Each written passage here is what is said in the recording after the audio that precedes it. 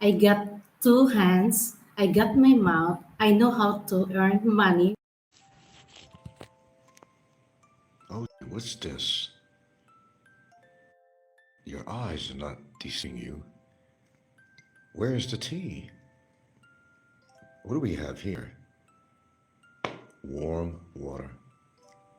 No tea, no ginger, no turmeric, no black pepper. What? Just pure water? Warm water. What does that mean?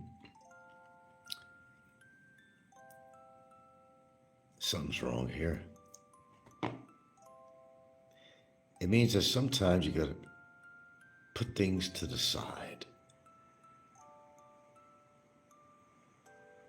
Instead of doing a daily regimen, you have to you have to change things off just a little bit. But some things don't change. Now, when YouTube's biggest undesirable, Richard Jarrett,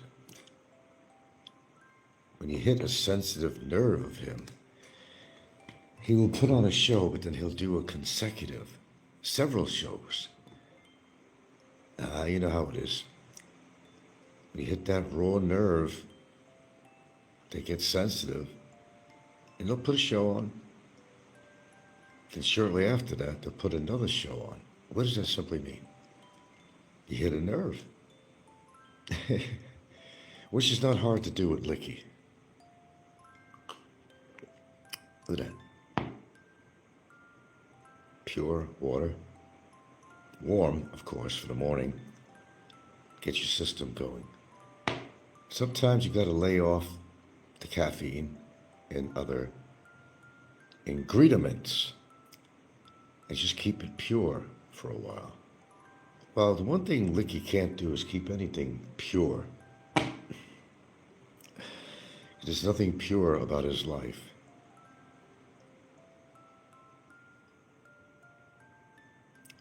Sometimes you gotta hit hard with these undesirables, such as Richard Jarrett. Oh, of course, he won't say much about his history and the things that he's done for years on YouTube. But he'll sure talk about somebody else. But Ricky has that sensitive nerve. And when you hit it, you'll know that you got to him because he won't just do one show, but consecutively he'll do another show, maybe even another. That's when you know you're getting to him.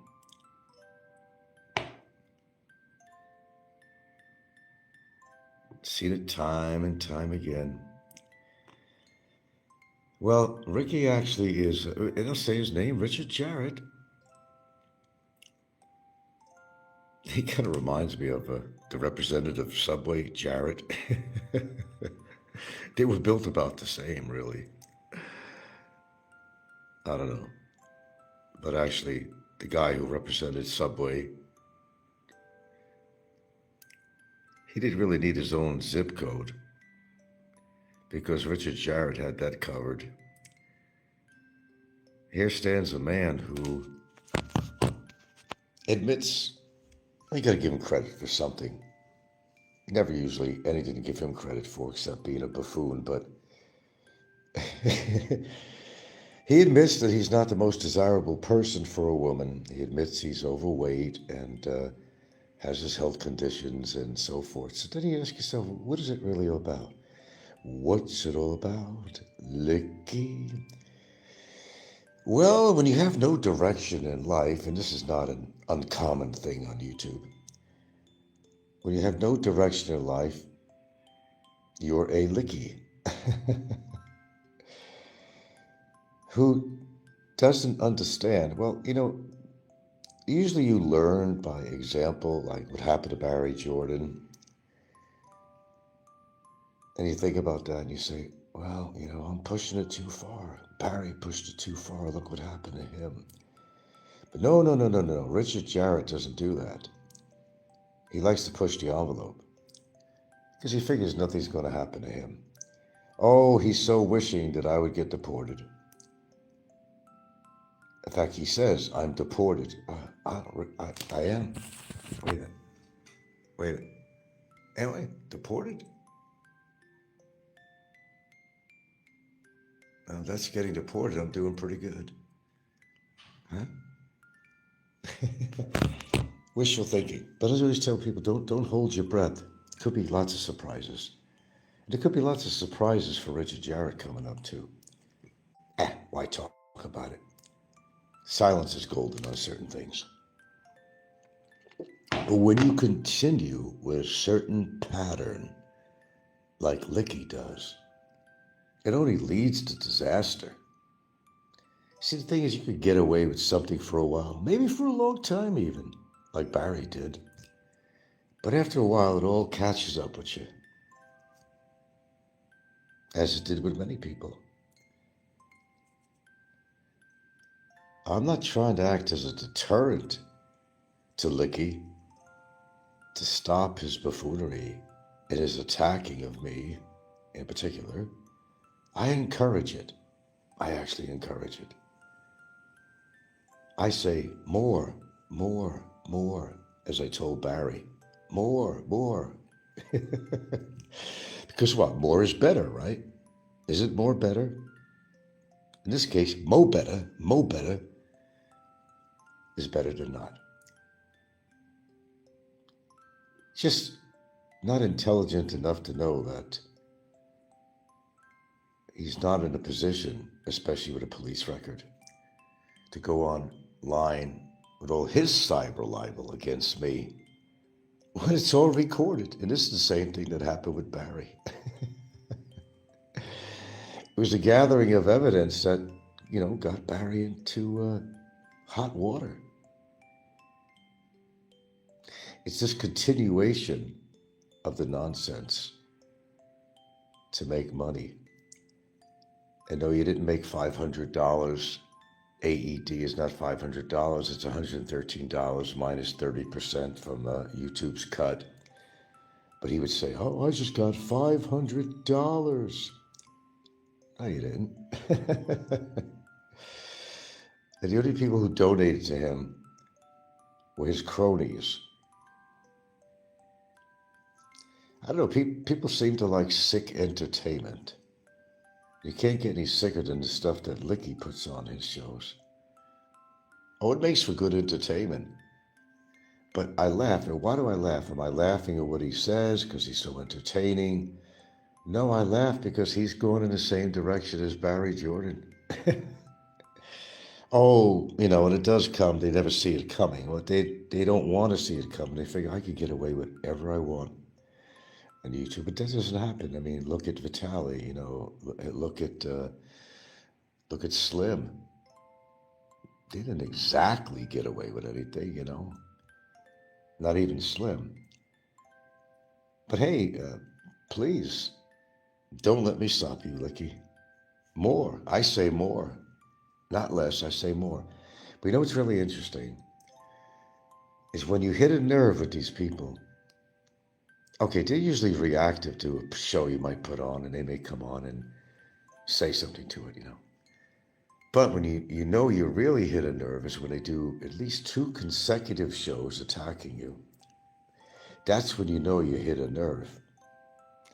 Of course, it's a distracting thing like Trump does, instead of talking about the Epstein files, he'll bring or create other events to get your mind off the Epstein's files. It's kind of the same with Ricky. When facts are being drawn up about him and you paint a picture of him on social media, a very accurate picture, he'll come on and go on the attack and try to say all the faults that you did as a distraction. But a distraction does not take away from the dirty, dirty deeds that he has done. Very well documented. The funny thing about this, and it's funny to me, he's got a police record here. He claims, "Oh, I'm a regular Filipino, and I'm a Phil Am now." He thinks he's a Phil Am because he's got an SRV. He thinks he's got Philippine blood now. I'm one of the gang. I'm one of the countrymen here. No, you're not. Not even close. But that's funny too, because a guy who got himself an SRV, at the same moment he's trying to destroy everything he tried to accomplish by getting an SRV, feeling like he's part of the team, part of the Filipino people, one for the people, when he's one against the people. I've heard him many times knock the Philippines, besides knocking me and knocking Filipinos. It's hilarious. It's just hilarious. But for a guy, some people might say he's got a set of balls. If he doesn't have anything else, he's got a set of balls. Whether they work or functional, I really don't know, and I probably doubt it, But he's never been successful in actually getting laid in the Philippines, actually, all the time he's been here. Sure, he puts on a good show. Well, what do you want for rented dates, But that's also embarrassing. If you're going to pay the money for a rented date, you can't even get laid. You're doing something wrong. You're definitely doing something wrong. It says a hell of a lot about that person. I mean, paying for a date, you can't even get laid. Buying somebody a $3,000 fucking iPhone, and you still haven't got laid from the experience of even doing that, besides paying for the rented date. You buy him a fucking expensive phone, and you still didn't get fucking laid. There's something wrong with this picture, but then again, there's something very wrong with him. Oh, I'm going to have fun with this morning, because I deserve it. Hold on a second.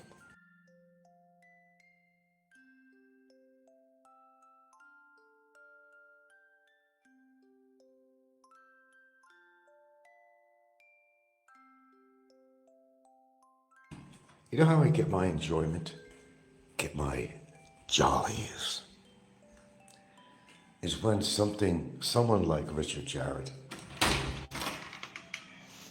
is on YouTube and makes a total fool of himself. When he expresses with his eyes and his laughing and ranting his insanity, I say more, more, more. Because when you have to present this to officials, they're going to see that the guy is not an asset to the Philippines or the Filipinos and the Filipino people in this country, not only undesirable, but he's insane. And the one thing about the Philippines I know, there is actually a rule. There is actually some statute or something on there. I know it's fact. They don't want to take psychologically unfit people into this country. They can refuse to enter the Philippines and approve their visa to come in here. But when you just blatantly display this, call it not normal behavior, it puts up a red flag even more to immigration. And I love every minute of it. Ricky does not act insane. He is insane. There's a difference. You could put on an act to get the attention, to get the money and views, but inertly, they actually are insane. You could put on a show so much on YouTube and act like a total buffoon, which he does on a regular basis. Oh, but it comes deep inside. It's not always an act. Now, he's been around YouTube long enough, and we've seen his behavior and his facial expressions in his eyes. What would an official from immigration, any one of these departments, they're all fine departments, what would they think if they had to make an assessment of Richard Jarrett off the bat? They could just get him out of the country for pure insanity. Nevertheless, other issues. And how he treats Filipinos. How he's even talked about the Philippines. And how what he broadcasts spells out, without any question, undesirability in this country. And he's proved in so many ways. Struck a senior citizen in a cowardly act. Already has a police record. You're doing fine, Mr. Jarrett. You're doing just fine. I say keep up the good work. Makes my job easier. Like Barry did. Oh, he made my job so easy. Sometimes you get to know people after a while, if they've been doing a lot of shows, you've been around on YouTube for a while, and you know how to play them. I played Barry right into my hands. Because he wouldn't have stopped whether I said, halt, halt. You know? There's some people you can't stop, but that's a good thing. Because basically, I used to use that expression with Barry all the time. Oh, good work, Barry. You put another nail in your coffin. Make sure it's galvanized now, so it lasts. Make sure it's galvanized. I used to say that all the time. He'd do another show. Another nail in your coffin, Barry. Dude, I don't like it, but I'm trying to show a little compassion for you. I mean, this is too easy. Stop it. Look what you're doing to yourself. Well, more nails went into Barry's coffin. More nails, until he couldn't get out of that. Couldn't get out of that coffin if he tried. This is something that's actually happened with Richard Jarrett. Again, I say more. I beg of you, more. Just gives me more evidence. I think Richard knows that he's walking a fine line. But he's always been walking a fine line between sanity versus insanity. And for what he's displayed on YouTube, it just shows complete insanity. Immigration loves to see that. It gives them more reason to take action. They're having a hard time, immigration. They're dealing with more than they can chew and bite off. There's too many insane, undesirable expats that are coming into this country. They're having a hard time dealing with it. They got a table that's up to the ceiling with cases and complaints and blah, blah, blah. Now, Ricky's an easy one. Let's just say that I've had to go into a legal position with Richard Jarrett. This might be even a lot easier than Barry. Oh, I know that's hard to believe. See, Richard Jarrett is well documented, and he knows it. He knows me, personally. I've met him. We talked about a few things. He knows I'm a stand-up guy for myself, and I don't stand alone. He knows I have so much documents of his. I have so much evidence to put him away. He's facing a challenge now because he's going to be losing some of his pension money because he chose this option to get more money, which means he'll have less time to collect it, just to have a bigger income coming in. But this year, admitted even by him, that's coming to a halt. So his 5-star lifestyle, living in a deck of homes in Mandawi, well, it's purposeful while he's living there because he knows the inevitable is coming, that his funding is going to be going way down, maybe by half. Once they institute this situation financially with him, because he decided, I want to take the bigger chunk of the money. But the problem is that the bigger chunk of the money means it's going to run out. quicker. Instead of making this bounty that he claims he's making every month, it's going to be cut in half. And maybe he'll need an even cheaper apartment than the Deca homes, which is the low-class, low-income complex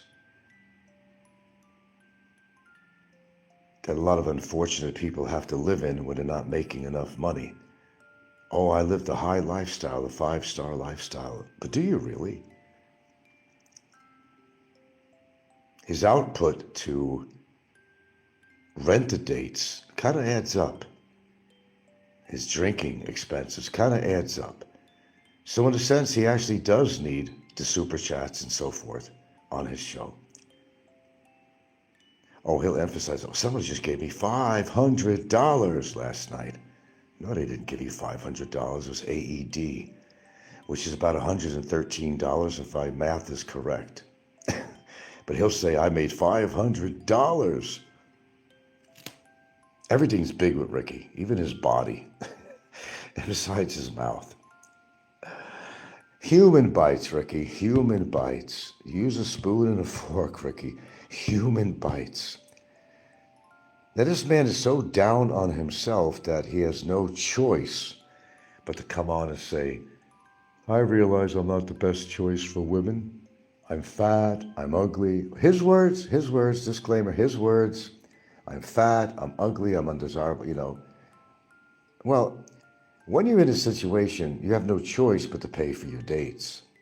You don't have a choice at all. Either that or be lonely. Which reminds me of there was a song actually called I'd Rather Be Lonely. It happened to be a band in Seattle. I did some album cover things for them, the Socialites. And one of their songs was I'd Rather Be Lonely. Well, I think in Richard Jarrett's case, he's probably better off being lonely, truly lonely, because everything he does he shoots himself in the foot. Even his rented dates don't want to lay him. Of course, he paints this picture that he's living a 5-star lifestyle, but is he really living a 5-star lifestyle? Obviously not. Despite him displaying one time a bowl of Viagra gratis on the U.S. government, he says, has he used it? Has he had a reason to use it? Did it even work?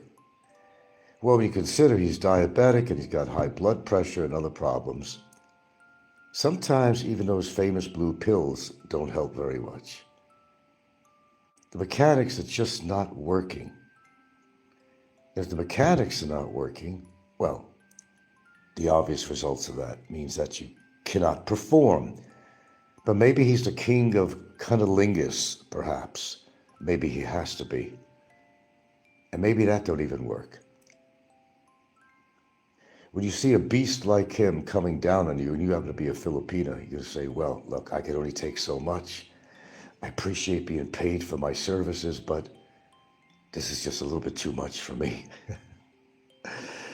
When you see this creepy man, well overweight, with a big space between his teeth,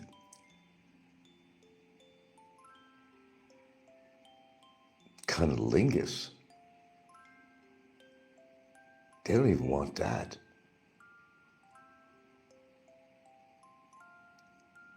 To a Filipina, he's disgusting. It's not just the mechanics that are not working, but it's the visuals.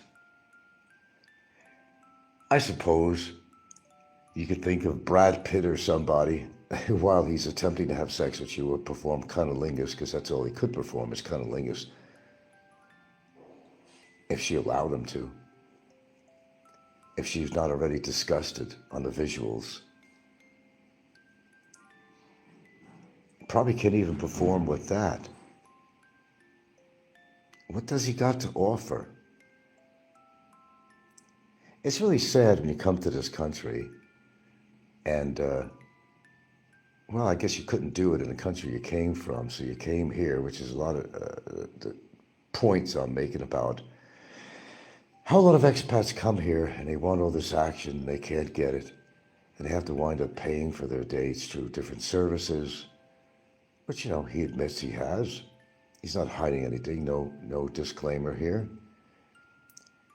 But to display yourself as pathetic as you are on social media for all to see and making a total fool of yourself every time you come on and looking like you've gone mad, his facial expressions, his eyes, his ranting and raving, well, it could be entertaining to people who watch him. But when it comes to making, let's use that word, a resolution on the matter of his sanity and his obvious display as being an undesirable in this country, things catch up with you after a while. What you do on your show as entertainment, acting like a mad dog or a raving mad psycho or sociopath, does get the attention of people like the immigration. They're not going to see it that this is all an act. Well, we know it's not an act. He is insane by his own demonstration for all to see. So the immigration people, DOJ, they raise their eyebrows when they see something like this. Oh, they do. They do. And then right away they're going to be thinking, bing, bing, bing, bing, bing, bing, undesirable, undesirable. He doesn't help his situation. The same thing as Barry. Barry didn't help his situation at all. He just made it worse. And that's what Richard Jarrett does. He just makes it worse. He doesn't just attack me. Oh, no, no, no, no, no. He attacks everybody. Everybody. Anybody who speaks the truth about him, he's very sensitive. Remember, he's got that little sensitivity factor going on. How do you know? It's his reaction to what somebody will say on here about him. He won't come on with just one show. He'll want to come up with another because he knows they're right. He's trying to defend himself, so he gets offensive. It's almost like a bait tactic. Although I don't try to bait him. It just naturally happens. Where I know I'm going to say something in regards to him, which happens to be the truth of anything I talk about him. And I love to see his reaction because I know he'll come on again. It's the same tactics that Barry did. If you say some truthful statement about Barry that he don't like, boom, he comes right on with his reaction to such. You can almost, time it on a clock, That's guaranteed to happen. It's the same thing with Richard Jarrett. You know he's going to come on and say something. You see, put yourself in the government position. Someone makes a report on a foreigner. All right, we'll take a look at this or whatever. We'll take a look at this. Then they examine the video evidence. It doesn't take long for them to come up with a conclusion that this person is an absolute undesirable, as it did with several other bloggers. And the insanity that he depicts on his show can only be taken seriously by a government official and come to the conclusion that this person is a major undesirable. So you got to find rhyme and reason to deport somebody. Well, he's given the government enough rhyme and reason to do so, but he's so cocky, like Barry was. He didn't learn from Barry.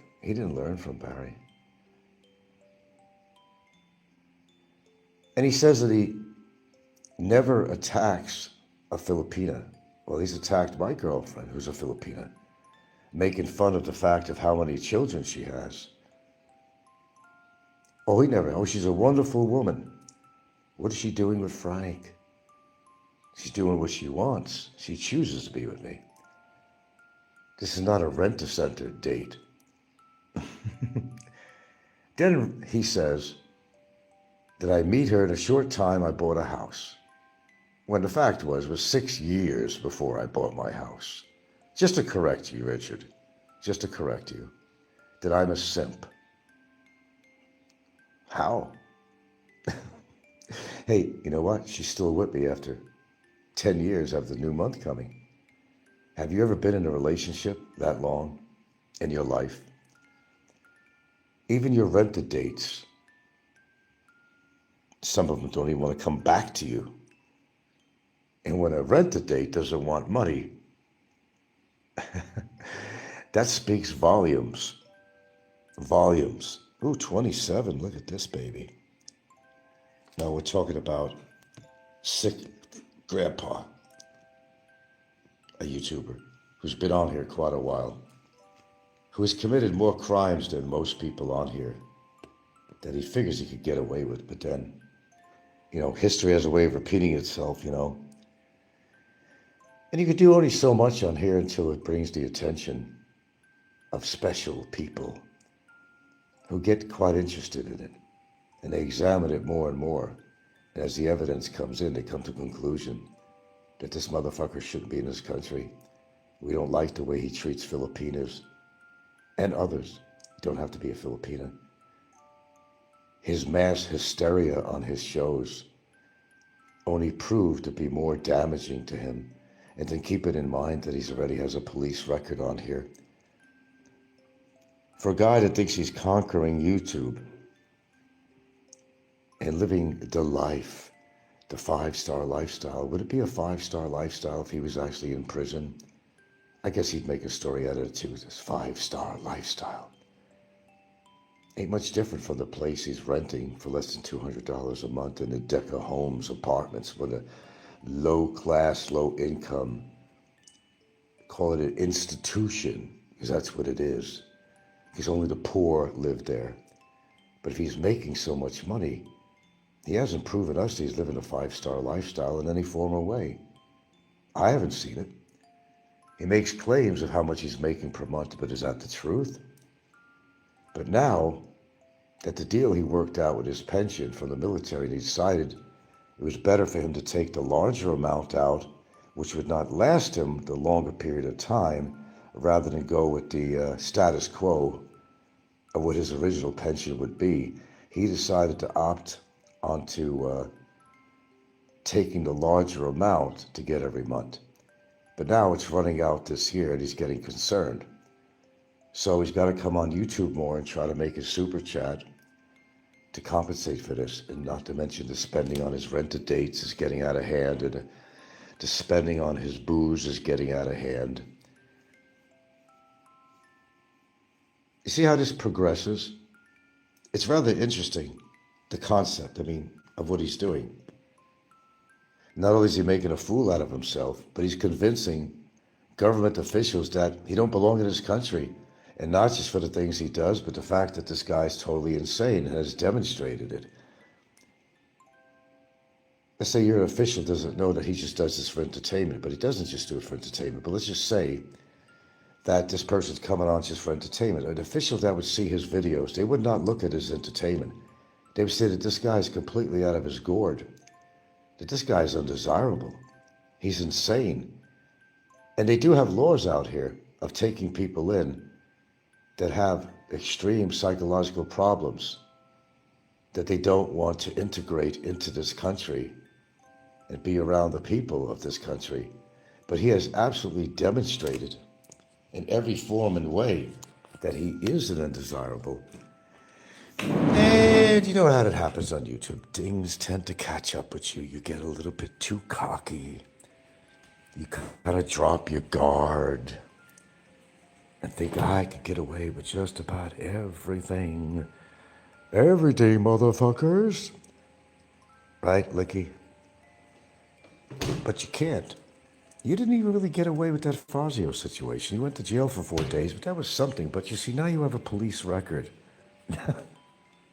He doesn't want to talk about that, his police record now. But he continues to run his mouth on his show so he can make his income to try to compensate for the upcoming reduction in his income. So he'll come on more and try to get his audience attention and And of course, the cronies of his will send him money. But there's a beginning to something, and there's an end to something. His so-called empire could come down like a, you know, house of cards. But he's not thinking about that. Oh, no, no, no, no. But see, that's the beauty of all this. He's not thinking about that. And I just sit there and I listen to this, and I'll make commentaries and all that, like I'm doing this morning. But I know what the end result of this is. And I know it by experience. Now, he's hoping that I get deported from the country. But the first thing I say is don't hold your breath. The second thing I say is, well, what if I didn't? What if it didn't go the way that you want it to go?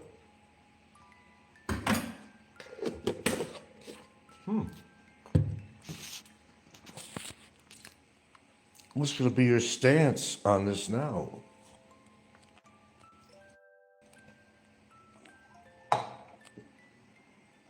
Not everything could go your way, Richard. Perhaps a lot of wishful thinking, but what if these circumstances and events doesn't go in the direction you want? He already has me as being deported. There's not even a resolution. It's been over a year and a half since this particular blank blank put in a complaint. And it's nowhere. It's nowheresville. Then now he's getting worried. You know why he's getting worried? Oh, and Don C. getting really worried. Because Don C., he doesn't have a crystal ball. So it doesn't go his way.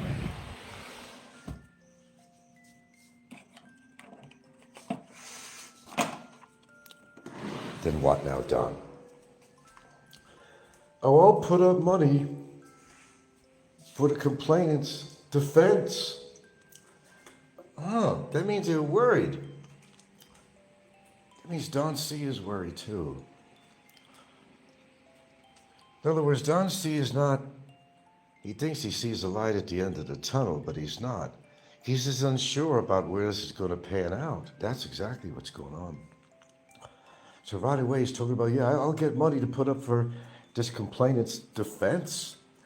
Well, I thought you were sure of yourself, Don. And Ricky. Apparently you're not. They know what I did with Barry Jordan. They know I have the capability of getting things done. Absolutely. So they're getting a little worried. What if? Oh, we'll gladly come to her defense. We'll give you some money to fight this. Well, wait, I thought, you had it in the bag. Is there some doubt going on here? I think so. But what if it doesn't turn out their way? Just what if? What now? They eat more crow? Look, I could only serve so much crow in the past 10 years. I've served so many plates of crow that I ran out of my Chinaware. I could only dish out so much crow. Then they go dishes. And eating so much crow, you're bound to get some indigestion. Feathers and all.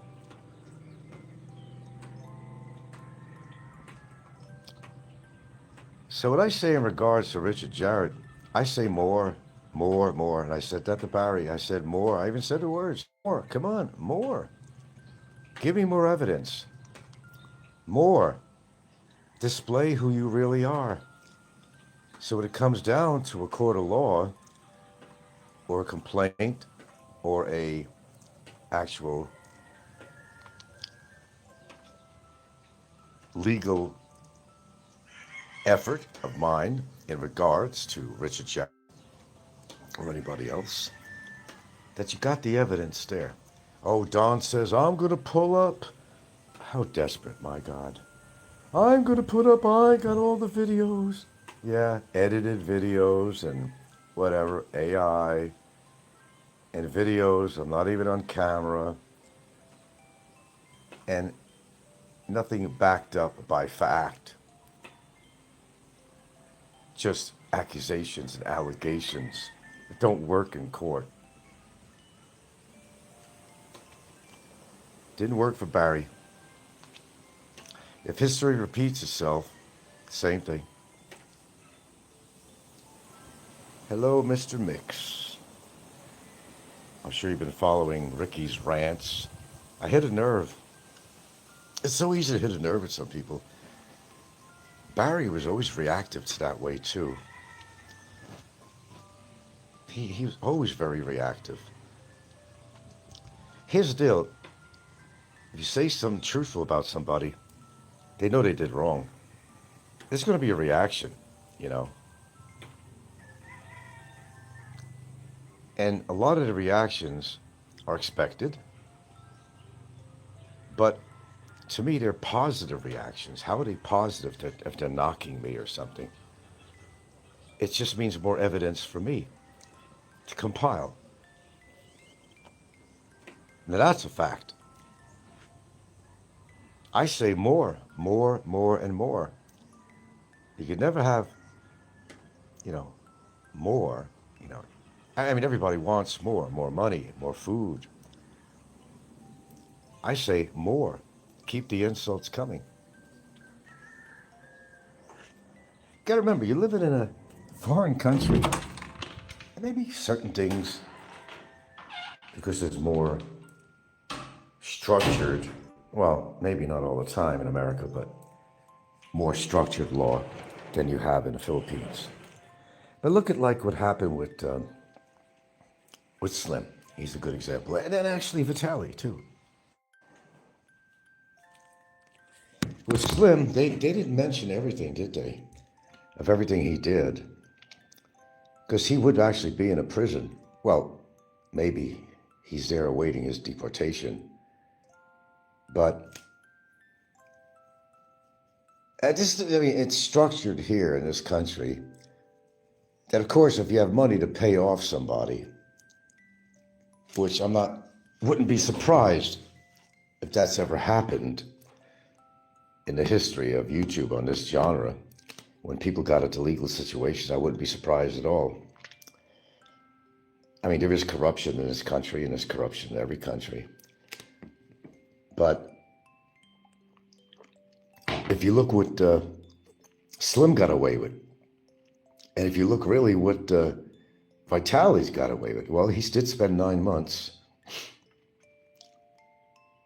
And you would think that he would get jail time, but, there's underhanded dealings going on, a lot of smiles going on. Ah, you're a good man, shake your hand. As in Slim's situation, when these officials or reporters, whatever they were shaking his hand. Like, you're a good man, I wish you well back in Estonia. Well, we know better what's going on with that. Do I have to spell it out? I won't spell it out. But you know what was happening there, don't you? There's no question. Mick says, I feel with Ricky, that episode with Fazio, if it was a Filipino national, I feel Ricky would have been deported, no doubt. Oh, I have no doubt about that either. No doubts at all. I agree with you. Absolutely agree with you. And all these stories they make up that I was attacking Barry's girlfriend, the one that put the complaint against me. Constantly attacking her, calling her all kinds of names. I don't recall anything like that.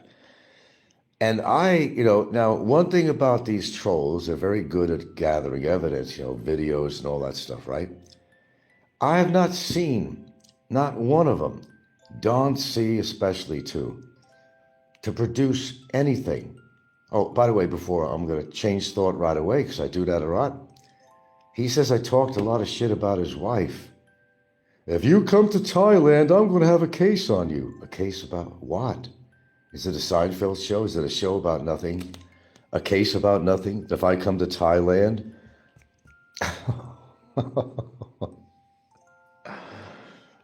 It's funny how people turn stories around. I supposedly have been under vicious attack of the complainant, which is Barry's ex-girlfriend.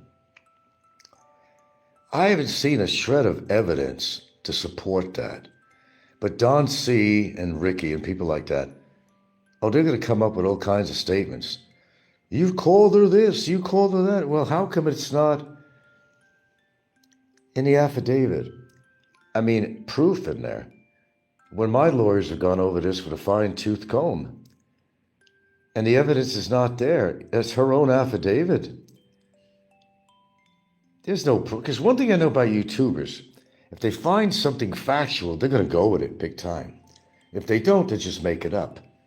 Or they say, I've attacked Barry's girlfriend left and right. I called her a whore and a prostitute. But then they actually admit, well, he didn't really call her a whore and a prostitute, but he made some innuendos. Oh, no, I didn't. No, I didn't. Hardcore evidence that I called her, that's her statement, that I called her a whore and a prostitute. I'm some kind of a danger to her. I never even met the woman. She don't even have it documented except in words saying I called her this and that, but I saw her affidavit. There's nothing in it that can support her claim. And PTSD, that's a good one. Well, I got the video out there that shows that after this complaint, she was out in the park dancing to some ethereal music. Like she didn't have a care in the world. In fact, the title reflected that. How life is wonderful and all. She's supposed to have PTSD. Okay. Sure didn't demonstrate it to the people who have viewed that. I still have it up there. Go watch it. It's still up there. I'm not taking it off. Nor am I taking off the video where she's actually attacking me. All this will be taken into consideration, I assure you.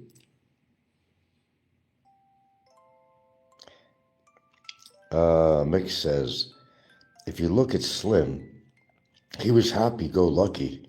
He was happy-go-lucky kid that acted with naivety and youthfulness. There was no venom there with him, more silliness. With Ricky, there is venom, so he needs to be careful. Well, that's the point I've been putting out. Well, of course, in Slim, they left out all the dastardly things he's done. It made it so, well, he just wants to get deported. He just, I apologize. Oh, we believe that. I'm so sorry. And even as Philippine Antics actually, she pointed out, oh, good old Heidi, she's another one, but pointed out in there that he claims that, well, I just don't understand English enough. I only speak so many words. But he was quite eloquent to anybody who listened to his show.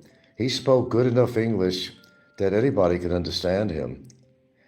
But his defense was, well, I don't understand how things work. I'm kind of new to this country and YouTubing, and, maybe I don't understand the things I say, could be offensive to somebody, something like that. Anyway, he was lying through his teeth. He was lying through his teeth. He does have teeth, though. Doesn't have a big space like Richard. It is not toothless like Barry, so he got something good going for him, at least one thing anyway. And he's also reasonably healthy compared to Richard, Jared, and Barry, so he's got that on them. Mick says, Slim is going to be earning more money now. Oh, of course he will, on his YouTube. It was just a matter of getting out of a sticky situation. Oh, yeah, he will use that to his advantage. They always do. Just like when Barry gets deported, and we know he's going to be deported. It's already a done deal, but in his case, it's a done deal. What he does when he gets settled, if he's not in jail already when he gets back to the States, because they might even take him right at the immigration counter when he comes into America for his long-term non-payment of child support and some other issues and bench warrants and so forth. So life ain't going to be jolly for him when he gets back to America. It's guaranteed. Yeah.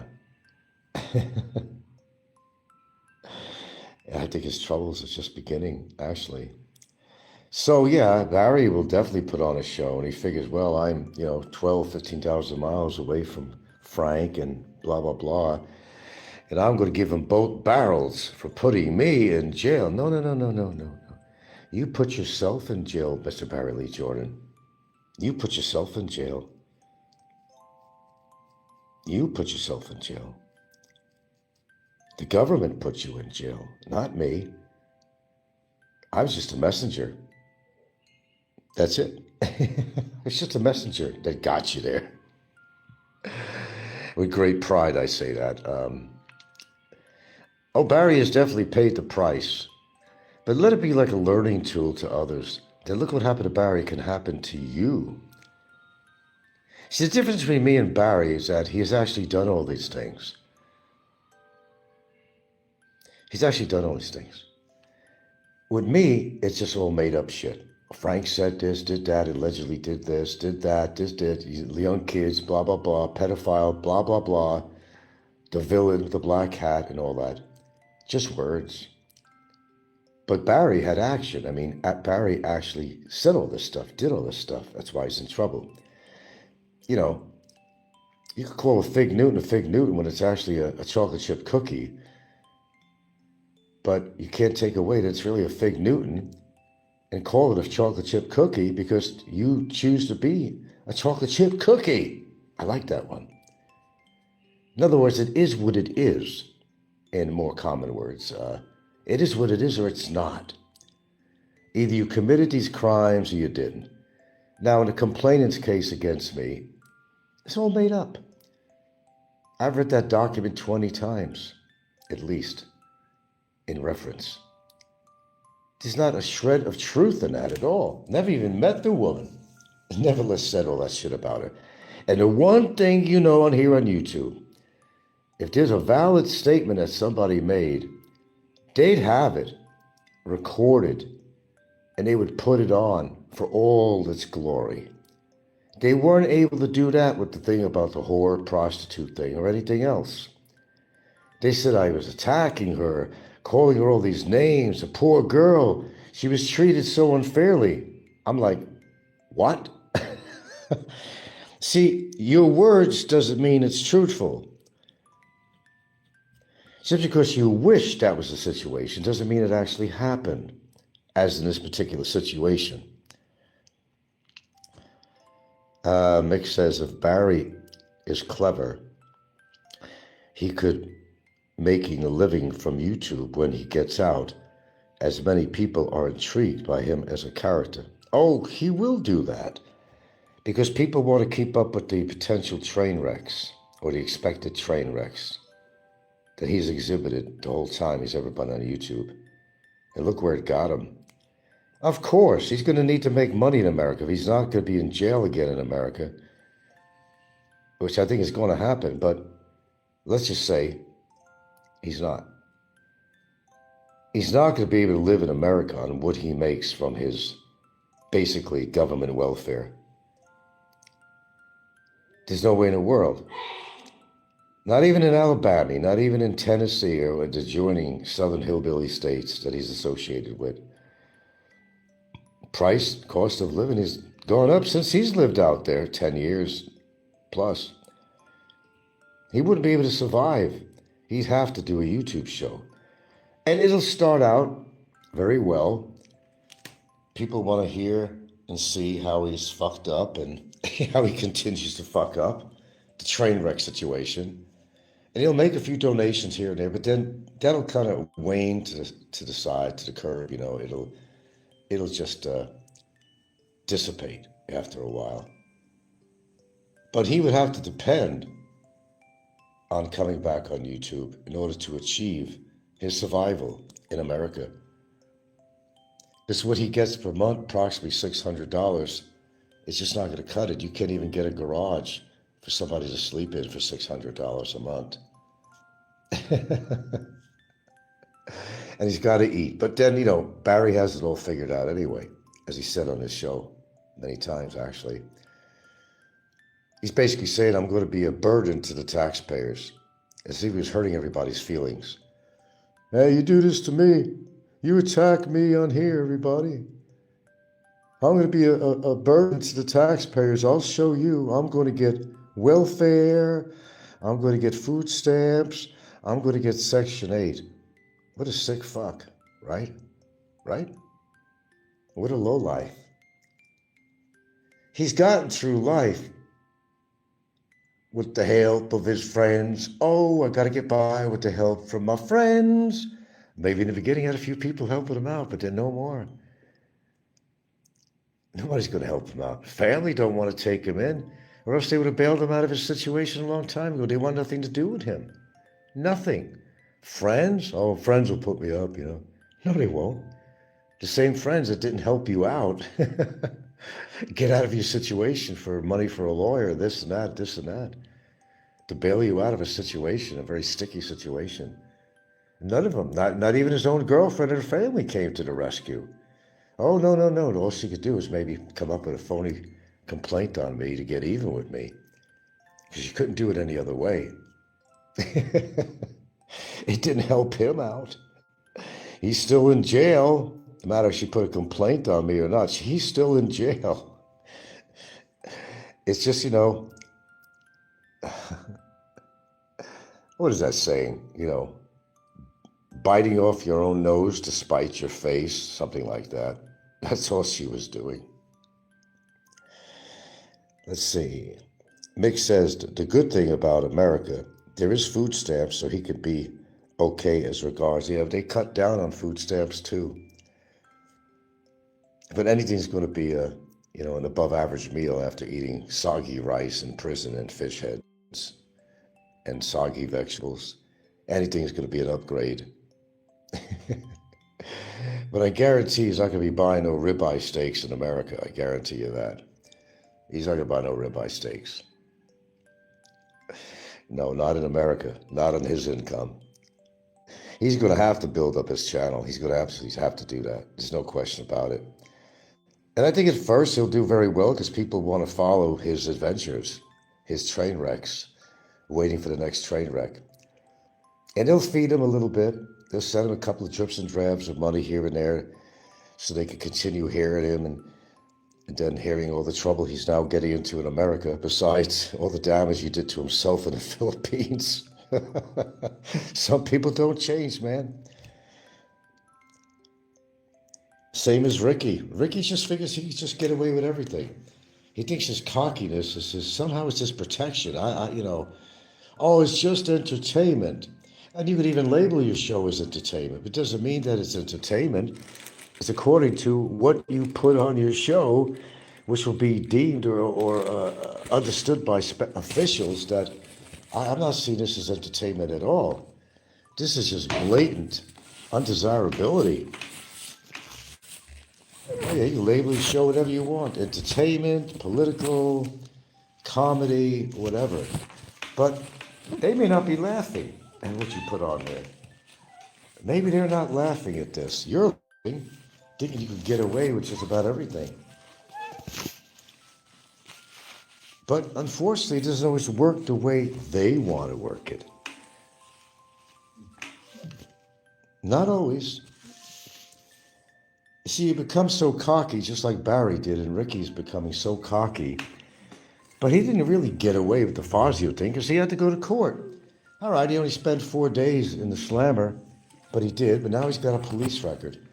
And the only reason this didn't continue is because Fazio passed away. It was still ongoing. It wasn't ended. It's still on his file that he assaulted a man in the Philippines, whether or not he's, the assaulted victim is a Filipino or American, don't matter. He did perform assault on a helpless person. So if things had to come to a head with this guy, he wouldn't be in good standings. He wouldn't be in good standings in the court system at all. Like if Barry, let's say he stayed here for some miracle. He was allowed to stay in his country. And he already is a felon. Well, you're not going to be able to stay in this country if you're a felon. But let's just play around with this. He'll go back to just repeating the same thing again. But only this time it will be worse because he's already got on record that he's a felon. The same as Ricky. Maybe he's not a felon in a sense of the crime that he did. He didn't kill anybody, but he did assault an elderly man. And that doesn't leave your record. You can't even pay off an official to take it off your record. It's on his record. And it's not going anywhere. It's not going anywhere.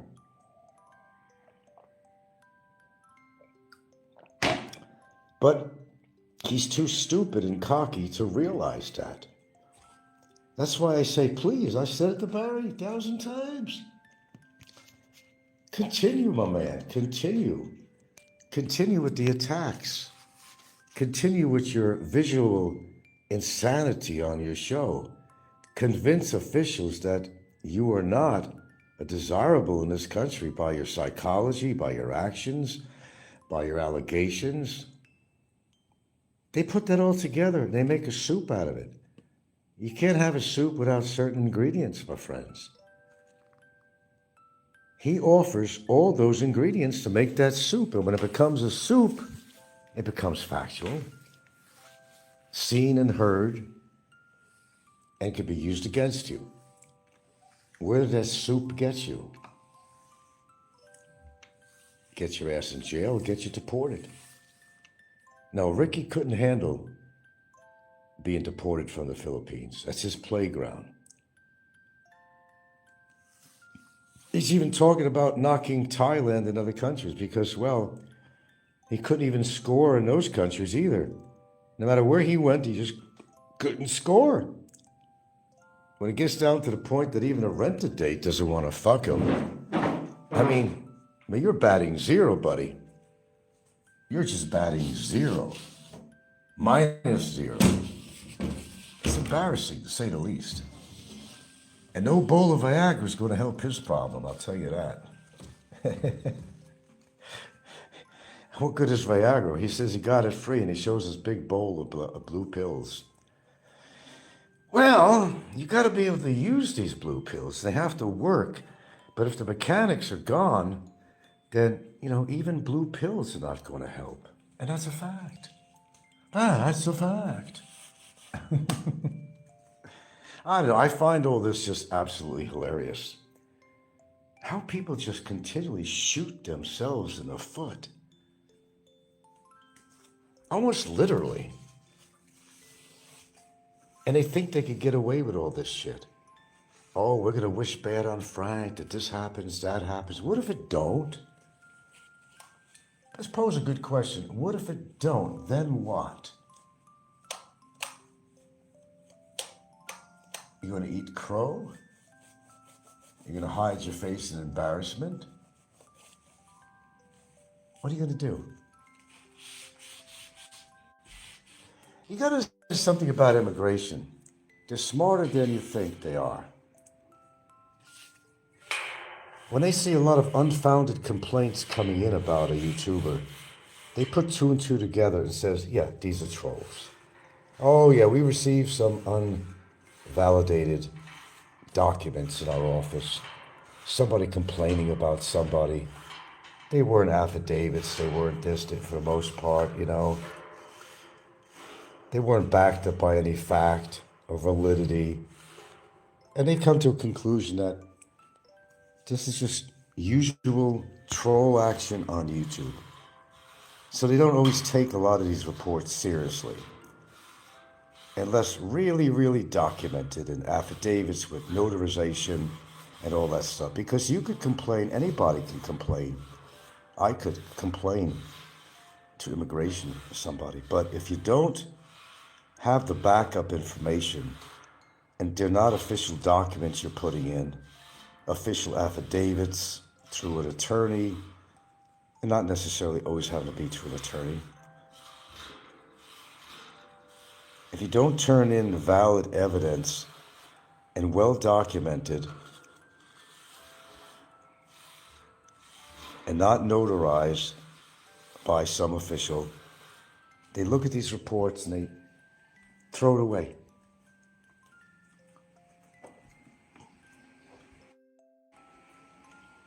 They don't do anything about it at all. Now, Unless, could be something in it for him, perhaps.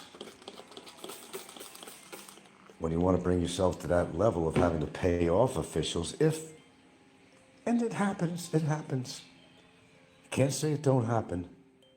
People sometimes grease the palms of officials to get what they want. An official could either take to it or not. But if they do, they could also get in trouble too. Gotta think about that.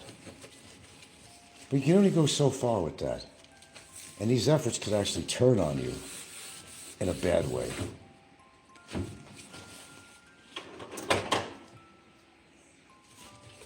But these are the mistakes people make all the time on here. They're drowning in, revenge. I gotta get revenge against somebody. Revenge for what? They go into a fervor.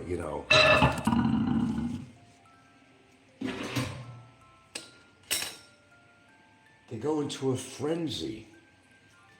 A hate frenzy. Oh shit, that didn't work. God damn it. I gotta try something else.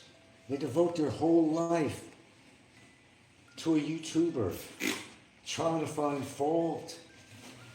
Damn it, it's not working. Damn it, it's not working. I gotta try something else. So they make a complete fool out of themselves. And the organization that they're reporting to sees this. They remember the names. They remember the complaints. They say, here we go again. Another complaint from so-and-so. Enough of this. Or sometimes they'll turn around and go after the person who's making all these reports. That you're wasting government time for them to even read them. And a lot of times they don't. Unless it's a really validated report from an attorney, they have to read it. They have no choice. And they have to enact upon it one way or the other. Eventually, anyway. They get around to it. They do actually get around to stuff sometimes, contrary to popular belief. They actually do get around to some stuff. But it's not really important shit. It goes on the bottom of a fucking pile.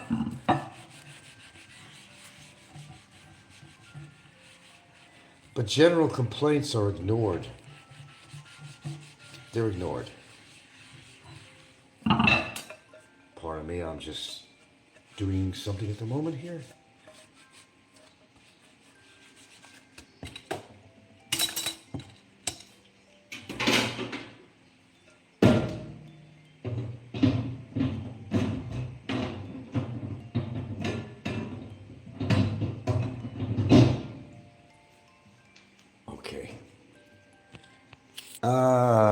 Mix, oh wait, I'm sorry, I'm missing some comments on here.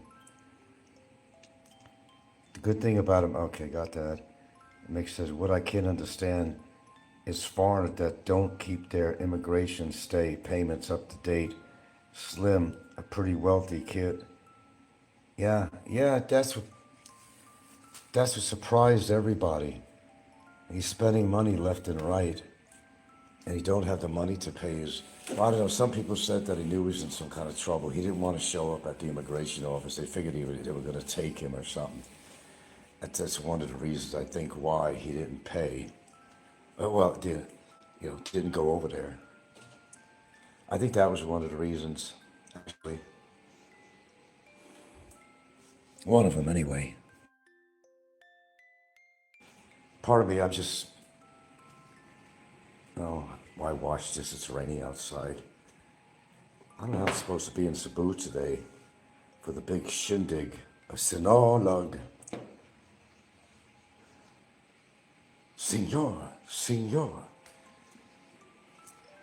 I know around here, there were people, they had a parade, but it wasn't really crowded with people watching. And I was laughing because, who had that show on this morning? That was Jimbo. And they had a parade in town. There was really nobody watching it. It was really run-down area he was in. Run-down stores, everything. Horrible looking place. And Oh, there comes the parade.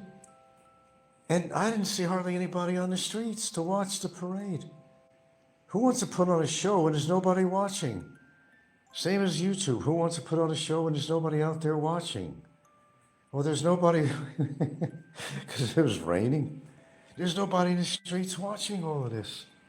What's the use of a parade if you ain't got an audience? It don't make any sense to me. Uh-oh. Oh, what am I looking at on the floor? Ah, I think it's my older dog. She took a piss near the back exit. I don't understand. Does she have an infection now too?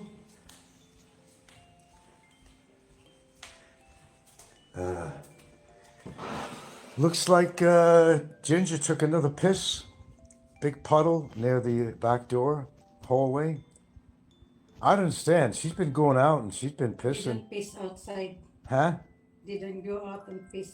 They Yeah, just because it's go in the wet. middle. Yeah, because she don't like to wet her paws. You clean. Me clean? Yeah. I cleaned it last time. No, I'm leaving it there. I don't want. You don't want? Well, I'm going to leave it there. She don't want. And tell the audience, why don't you want to clean it? Come on, I'm live. Come on. I love when you're live because... I said I'm not cleaning. I one time also a lot of piss there. Well, we're just going to leave it there. Ah. How's that? We'll leave it there. You know, the ambience of it. Looks to the color, the nice yellow white Yeah. tile. It's very pretty. It's a work of art. It's a work of art. That's for your dog. It's not my job, baby. I cleaned it up last time. I don't know. Maybe she has a... Here we go with infections, right? Hers having bladder, whatever. Whatever. No, I'm actually not touching it. I'm being real. I'm not touching it. Yeah, why you tell me if you see? Well, I'm going to leave it there. Or you make your kids clean it up, or just leave it there and let it build up. I don't care. I don't care. It's your job to clean up the urine. It's your job. Why is it my job? Why is it my job? Everything it's your job. Everything is my job, huh? More, come on. People like to hear when you talk in the background. They love it. They love it. Say something real smart they can record. Yeah, you always clean. Me clean, you clean, so nobody want to clean. So is it a contest? Who's cleaning more than the other? I don't know. No, it's not a contest. Well, I'm not cleaning it. I'm not cleaning it. So we'll keep it there. Let it smell. No big deal. Right? Not a big deal. It's just urine. It's just urine, folks. We could leave it there. Not a problem. Sometimes you just don't give in, folks. You don't give in. I don't give in to stuff. Not even that. So the dog pisses on the floor. Her reaction is, oh, well, clean it. No, honey, you clean it. Love of my life. You clean it. Oh, look at that blustery outside here. What the hell? Well, they had a very wet parade yesterday here. People were still there watching, but they were with umbrellas and or in some shelter or something watching this. But I don't know. I think Cebu's supposed to get away with it today for their big celebration. And that's not for sure. But that's not going to stop the crowds, but I think there'll be less people, of course. Not everybody wants to get out to go to these events when the weather is not very good. You're definitely going to have a lesser crowd than normal. And nobody wants to get wet. It's not a very conducive atmosphere to really go out there and, you know, the weather is not cooperating. Next thing here, it's been windy, a little showery this morning. and certainly overnight. As the ground is still wet. Everything is soaked out here.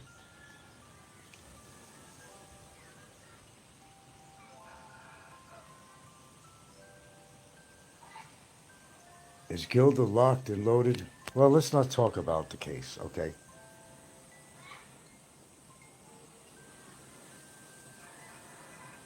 Let's say she's witness. We'll leave it at that. There you go. Some things I'll talk about, and some things I won't.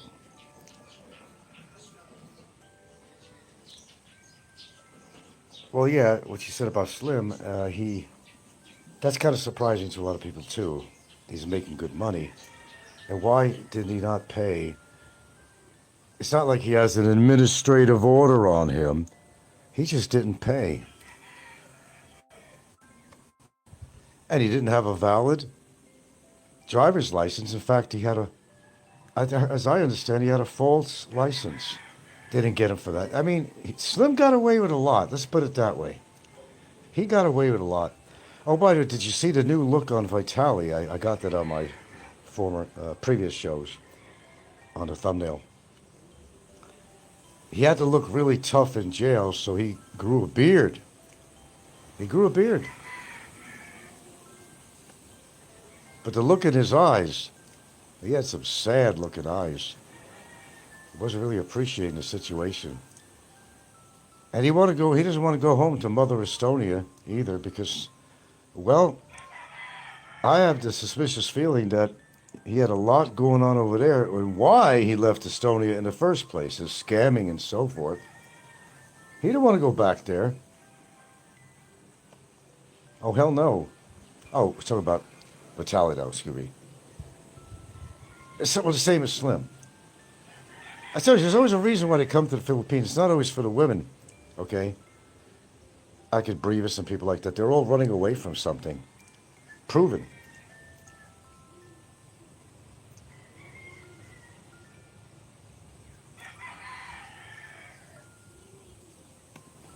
Well, not many people really know a lot about my girlfriend.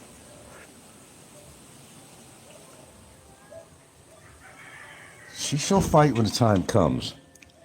Let's put it that way. As I said, she's normally a non-confrontational person, but when it comes to a special matter... Okay, which one of you went pee-pee in the house? Who went pee-pee in the house? Who went pee-pee on the floor? You, Ginger? Did you go pee-pee on the floor? Huh? You're guilty. I see it in your eyes. You're guilty. You're guilty. Guilty as charged. Guilty as charged.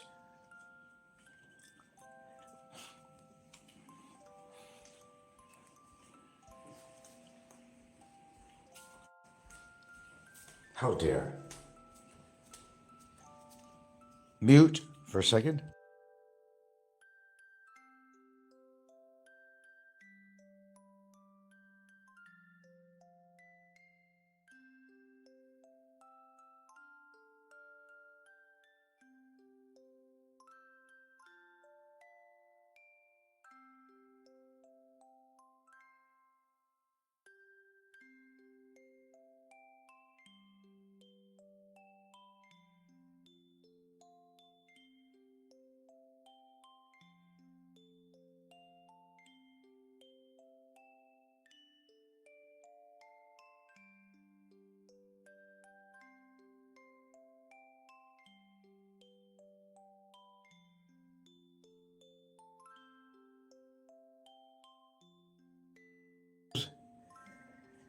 Estonia is one of the poorest countries in Eastern Europe. Not really, I heard. Not really.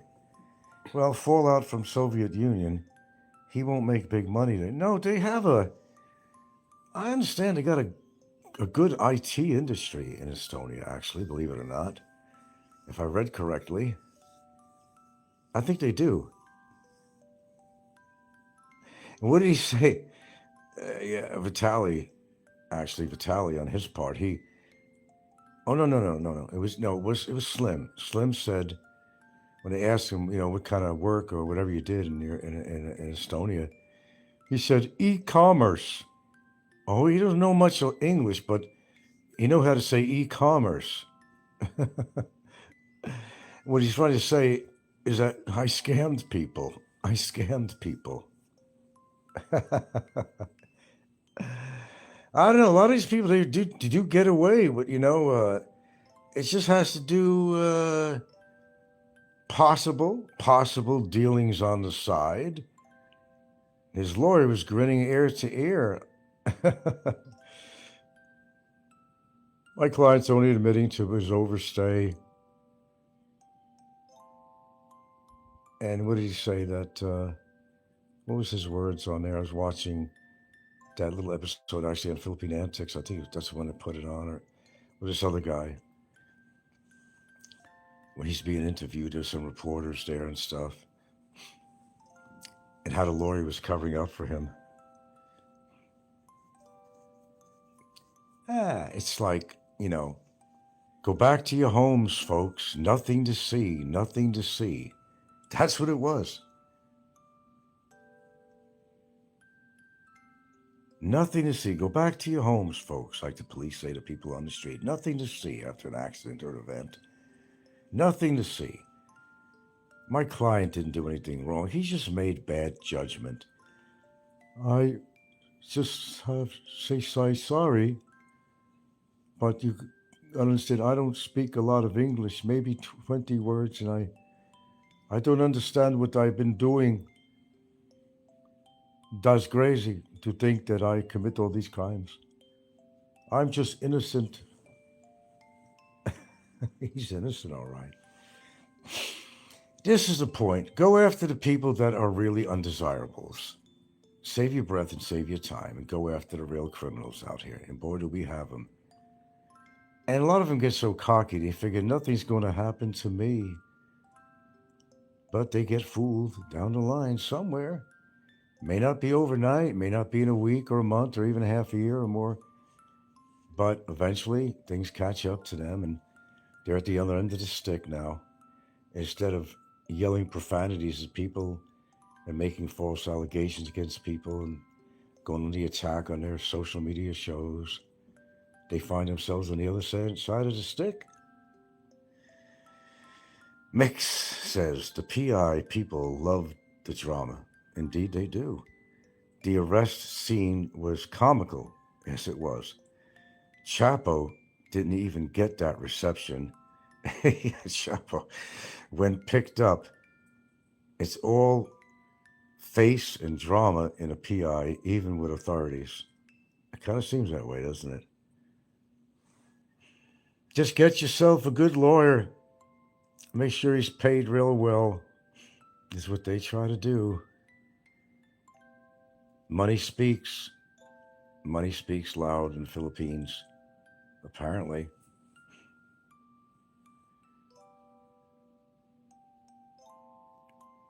Otherwise, Slim, he would have been in jail. Now, supposedly, he's self-deporting. And the reason he's doing that, because if you do a self-deport, apparently, you have a better chance of coming back into the country if you self-deport.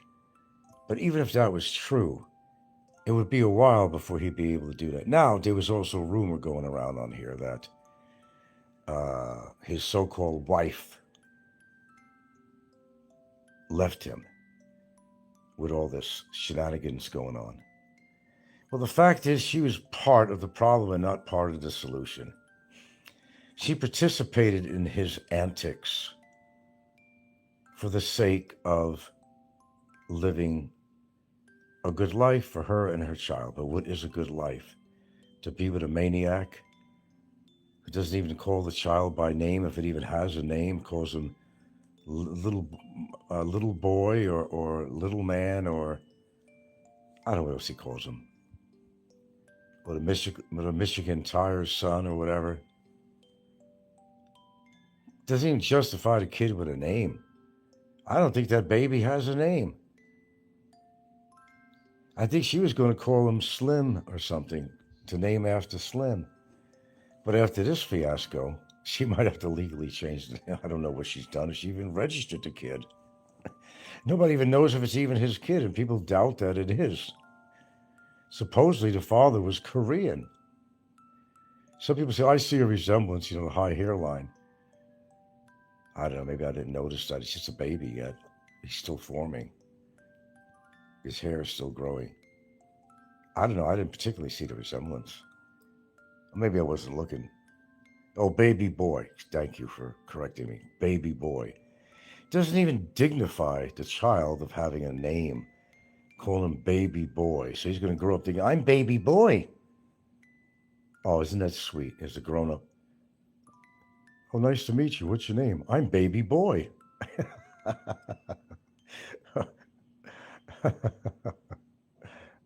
Oh, I'm sick grandpa. Better yet, I'm sick grandpa.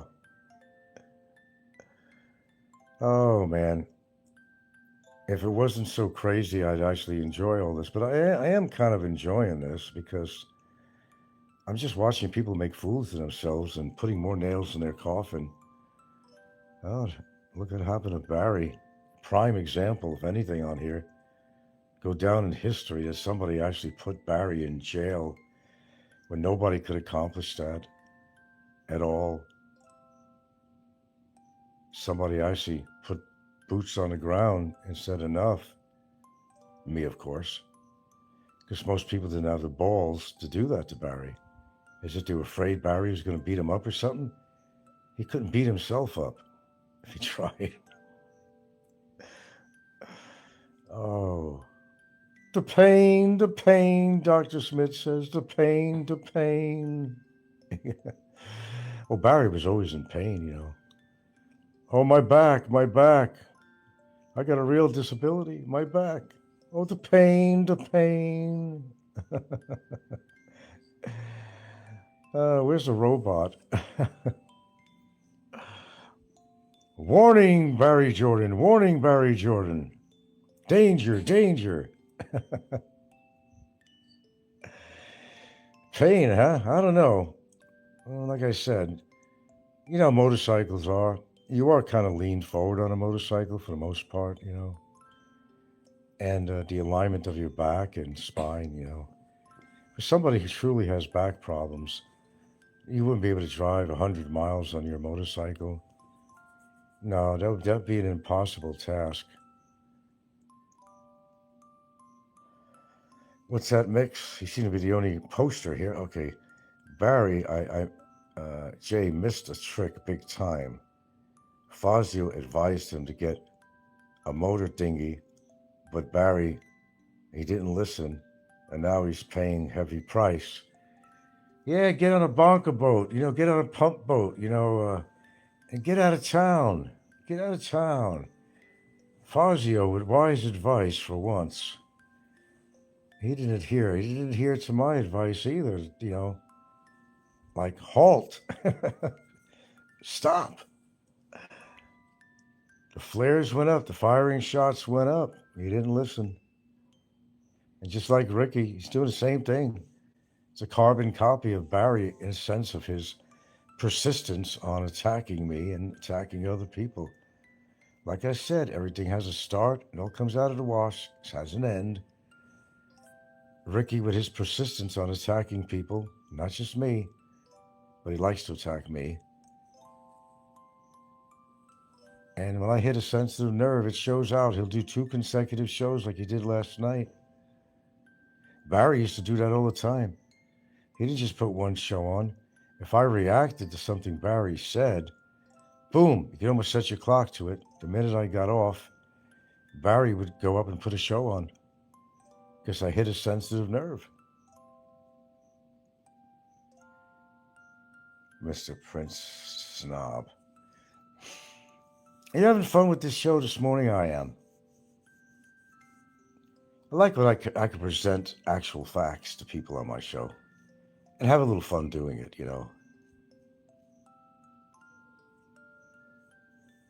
You got to somebody when, within the same hour or so, they do another show. It's like they're trying to defend themselves. If they weren't so worried, they wouldn't come on and do another show right after that. That's what Ricky did. The 5-star lifestyle. Okay. Of course, when he goes to gamble, he always wins, right? I made 25,000 pesos. He didn't win shit. I doubt they even stayed at the, what is that? What do they call it? The Riverside Casino, whatever they call it. I doubt it. There was a few times that he did go to a nicer place when the money was coming in pretty good on his donations. What did he make last night? He made maybe a couple $100. And no, he didn't make $500 from that particular donator. It was AED, and that 500 is really about 113 American dollars. He made a couple of 10s and 5s and 20s, and then you take out 30 to 40% for YouTube. He didn't make a lot of money, but he had to make it sound big. $500. Well, apparently he doesn't know the difference between AED and US money.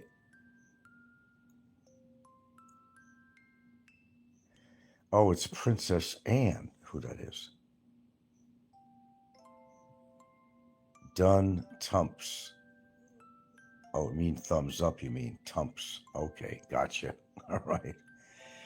We got 29 in the house and 7 thumbs up. We got 29 and counting. 29 in the house. I must be significant. I think I arrived. No, we don't got thousands on there for my channel. 29 is hitting the jackpot.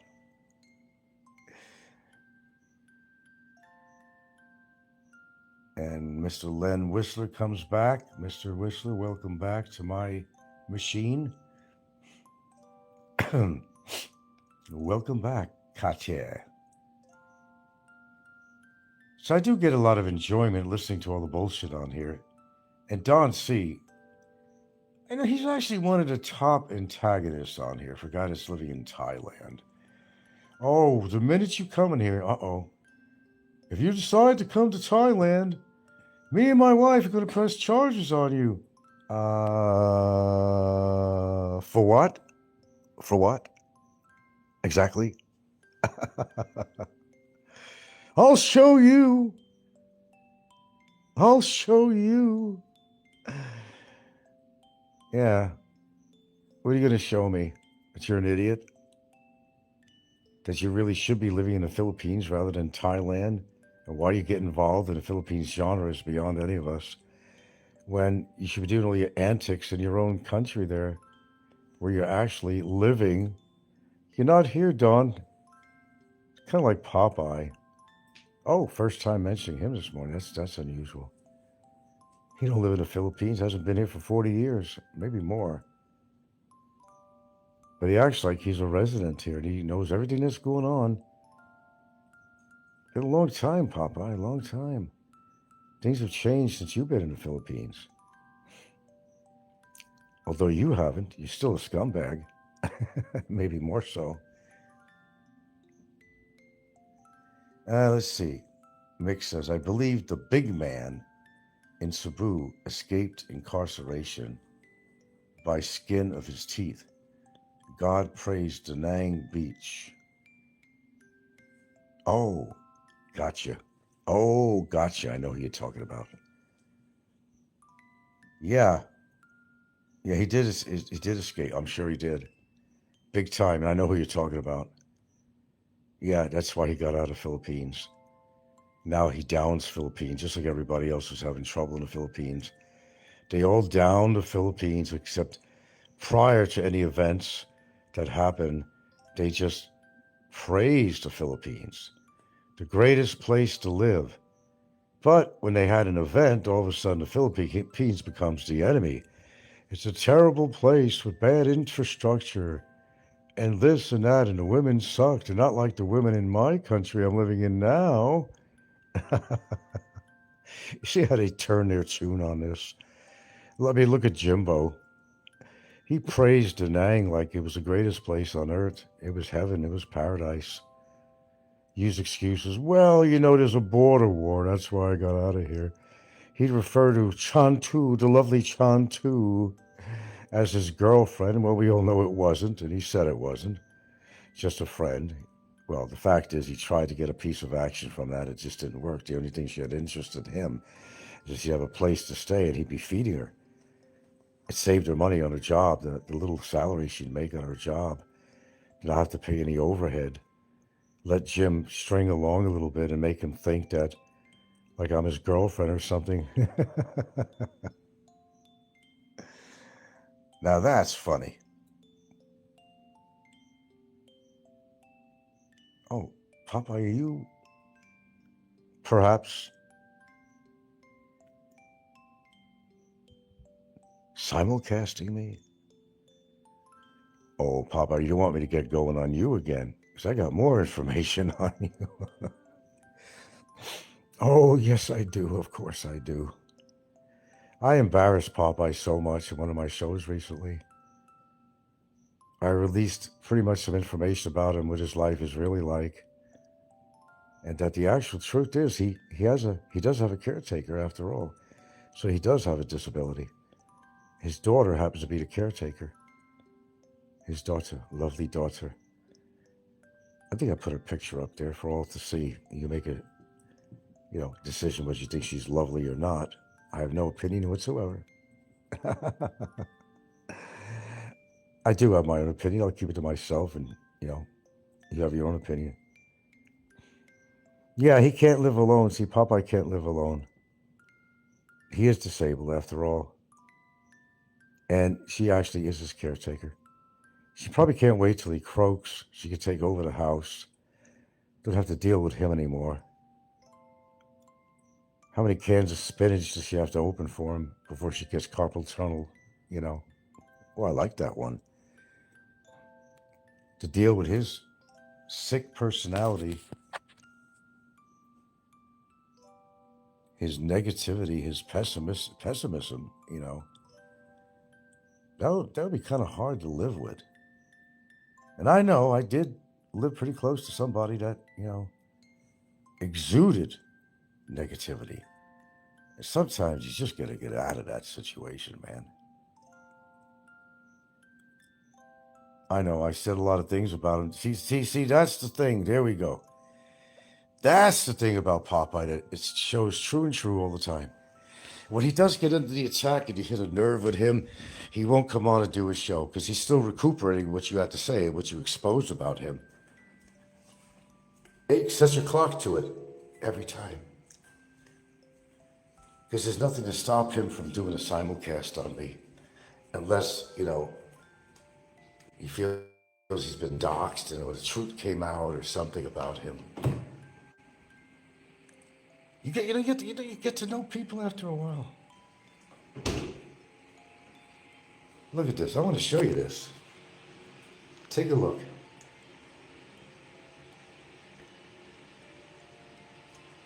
Now, she ain't drinking that much water that it's causing her overnight because I give her ample opportunity.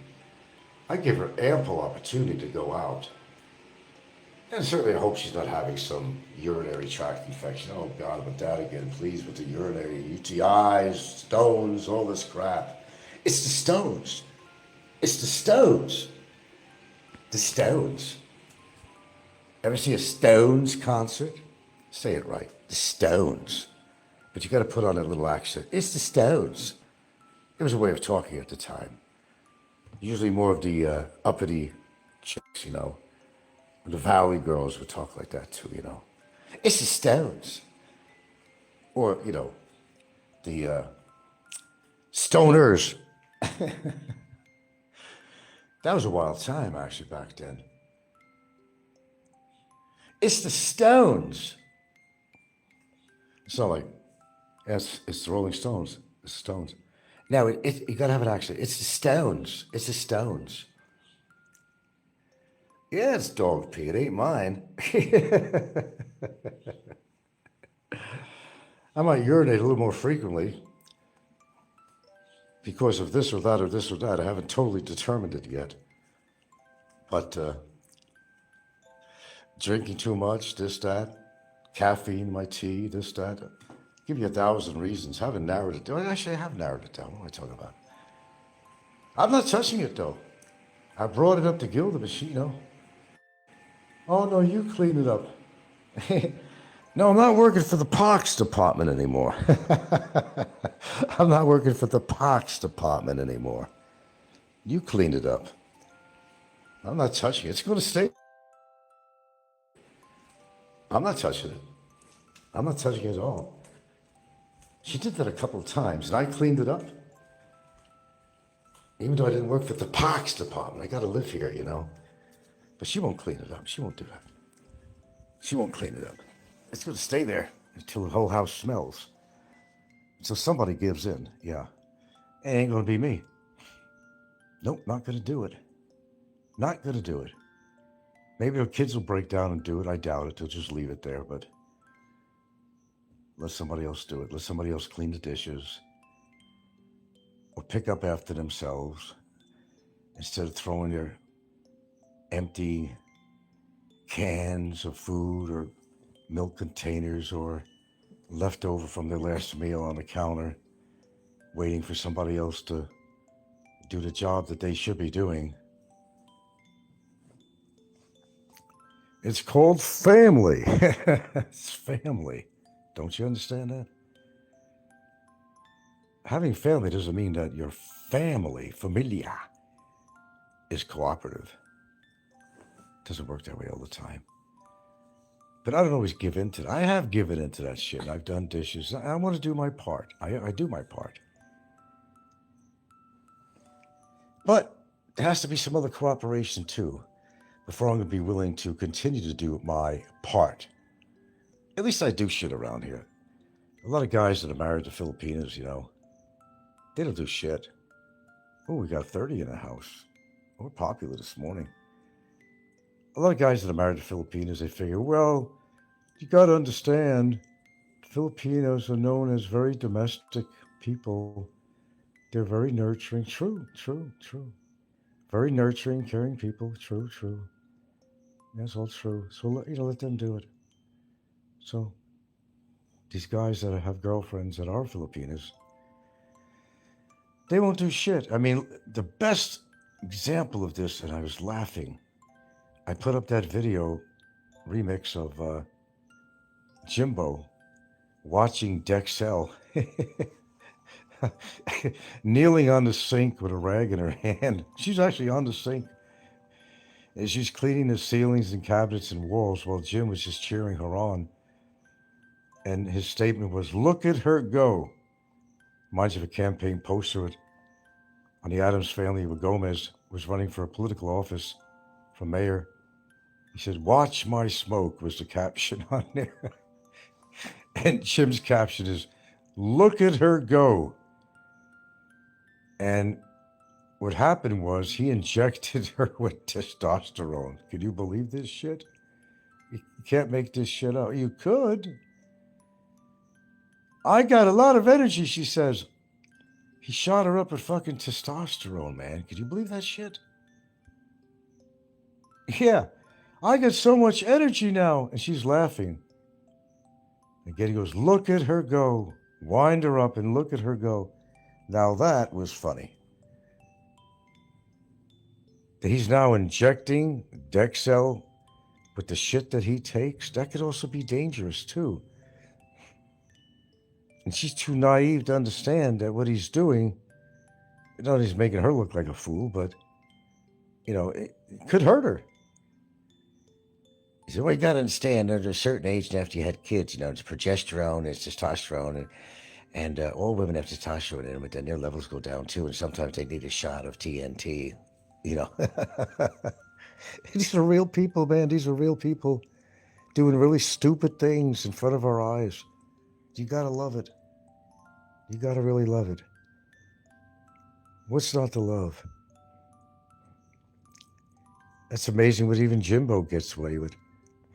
Only reason Dexel's allowing him back there is, well, she was at the point of even eating cooking up banana blossoms, if you can believe that. I never seen anybody get to that desperation.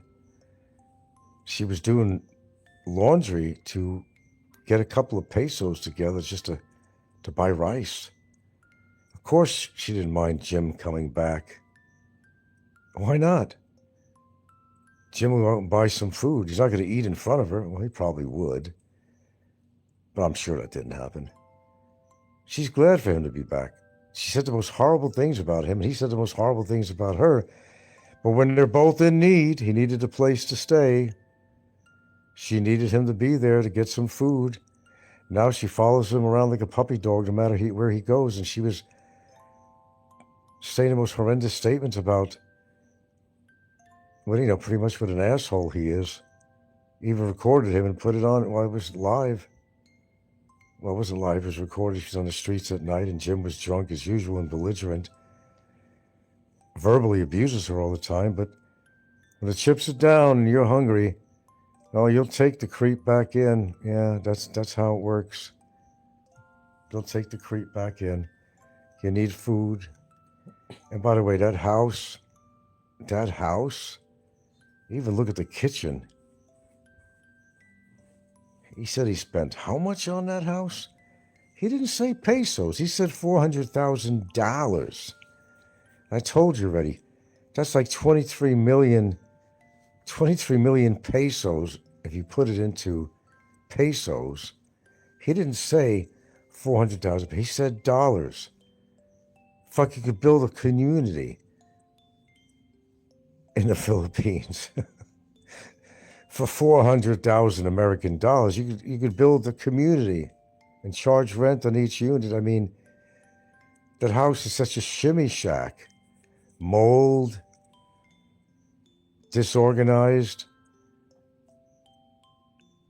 and it looks like shit. It's supposed to be, but everything's breaking down. It's not a house, it's a fucking shimmy shack.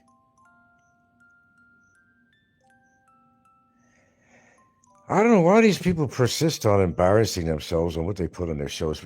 Make limited stuff. Don't show the reality of your life. I mean, look at even Philly in the Philippines. He's always living in some dump. Shit, he got chickens freely walking in and out of his fucking house. Even a stray dog or two. He's never lived in a decent place since I've ever watched his show. And he makes good money on his show. What is he doing with the money? What's he doing with it? Look, if you're going to retire in the Philippines, at least live well. Or live a little better than maybe you were living in the States or wherever you come from. Live a little bit better in some form or way. Put yourself in a better position with decent surroundings. Instead of living in a fucking $100 a month crappy that you don't even own abode. Snakes coming in your house, chickens walking in and out. Who lives that way? Well, poor Filipinos do. They're used to being around animals, farms, and the doors don't always work. They're usually open, and a lot of times some of these animals kind of make their way in. And it's not a big thing to a lot of them. We see this all the time. It's all right, chickens come in and out. Yeah, but they're shitting in the house and everything, That don't matter. I'm sorry, I draw the line on that. Well, okay. I'm sure that's what he meant was 400,000 pesos. Well, then it is a 400,000 peso house. Even with this correction, it doesn't look like much. It was thrown together. It's not that old. Why is the place leaking? Why is there mold inside? Why is it in such shit shape?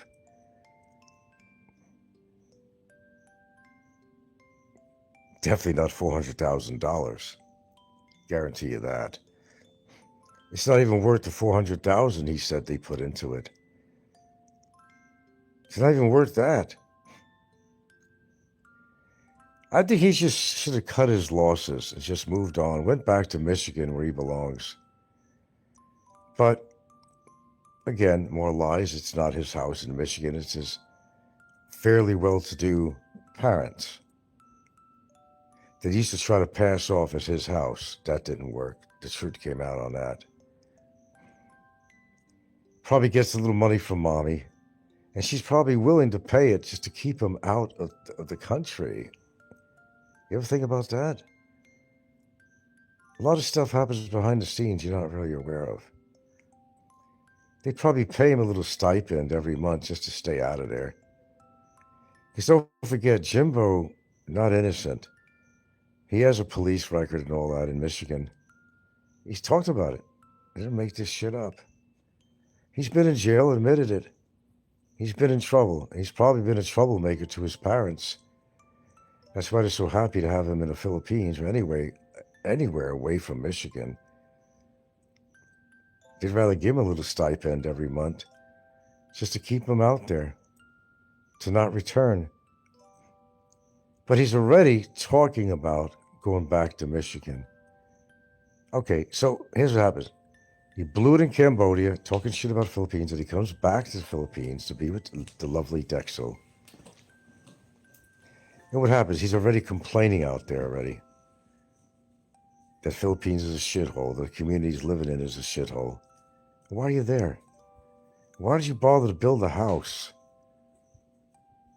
Everything's a shithole to him. Not Cambodia. Where he was a shithole. A particular area was a shithole in Cambodia. No friends, nobody to talk to. It got so bad he's walking out in his underwear and his boxer shorts with no shirt on with a selfie stick in his camera. 3 o'clock in the morning in the streets of Cambodia, of all places. His white face is a beacon in the night. And being out there in his underwear vlogging, I'm sure was raising a few eyebrows. Oh, everybody noticed, Mr. Matt Lake, how bad the house was. Even the kitchen was in disarray. The whole kitchen. As his life is in disarray. As I said at the time, these people are chasing their fucking tails. They don't know what the hell they're doing with their life. Look at Scotty. Scotty, I think, is going to go back. What is it, Canada? Is that where he's from? Somewhere. Even Scotty is realizing more and more that he's just chasing his tail. There's no goal. He's not scoring. He ain't getting laid. Big Shot Travel's not getting laid. None of them are getting laid. Futility. An act of futility. Usually you go from point A to point B successfully or plan a proper route to get to A to get to B from A. They have no game plans. There's nothing happening in these people's lives. Nothing. They're chasing their tail. And sometimes I think literally and not figuratively. 31 strong. How embarrassing is that? And to display it on video on social media. That's embarrassing. Embarrassing. Fucking losers, man. Defined as absolute fucking losers. And they talk about other people. But look at the lives they're living. Do you think Ricky is living a 5-star lifestyle? Is he really? No, he's not. No, he's not. Neither is Scotty, neither all these people. I make more money than you. Do they really? People like to build themselves up on here because when you hit your bottom of the barrel, it's only one way but up, right? They can't get up again, really. They're stuck at the bottom of the barrel. But they'll paint themselves up looking real pretty and I'm living the life. The life. The life of Riley. I'm killing it in the Philippines. I'm killing it. They are killing it. Well, excuse me. They're killing themselves. They're all alcoholics. They're all obese and unhealthy. And the beauty about this, even if you can't, here's the beauty of it, which we've been witnessing too. If you can't get them legally, you just don't feel like doing it, just hang around a little while. Because Mother Nature takes effect and they're gone. How many people have we lost already? They're not going to be around forever. Well, neither am I. But if I wasn't around, the whole community suffers. But the community wouldn't suffer when people like Licky is gone. And believe me, he does have a plethora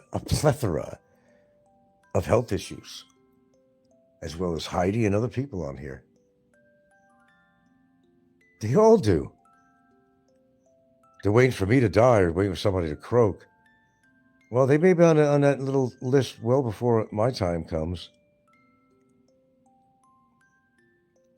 Oh, she got up. I wonder if she's going to clean the piss up. It's a game Filipinos play, man. I don't care how good your relationship is, and I do have a good relationship, but a Filipina is still a Filipina. They have their own ways, the way they think, their way of reasoning and so forth, or not reasoning, and something that we all love, when they kind of go into a quiet zone. They don't say anything.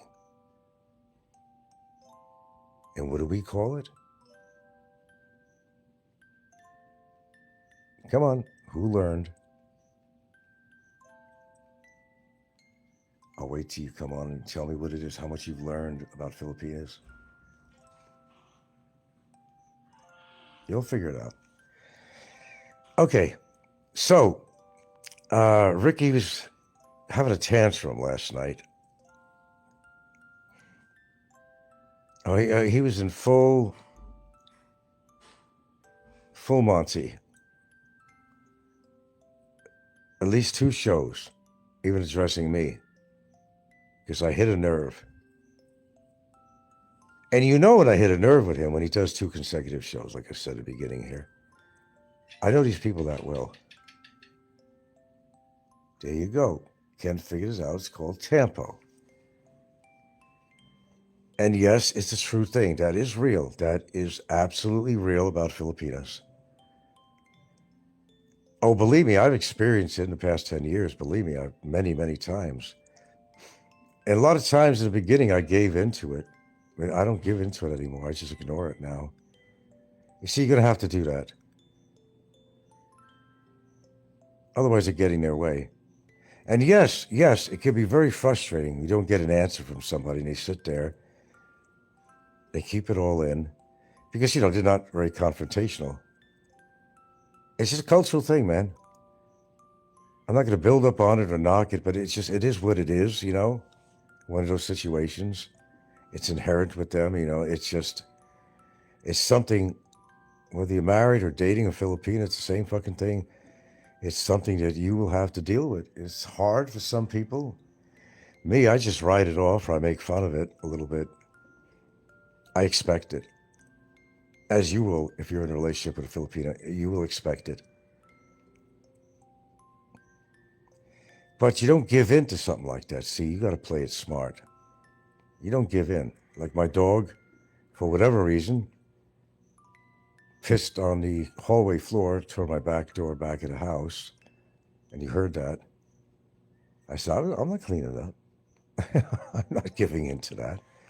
She did that once or twice before, and I cleaned it up just for the sake of, geez, I don't want that on my floor. But see, I'm smart, and I waited. Now I'm going to walk in the kitchen now. Let me see if she took the mop out. I'm going to go take a look. This is a good test.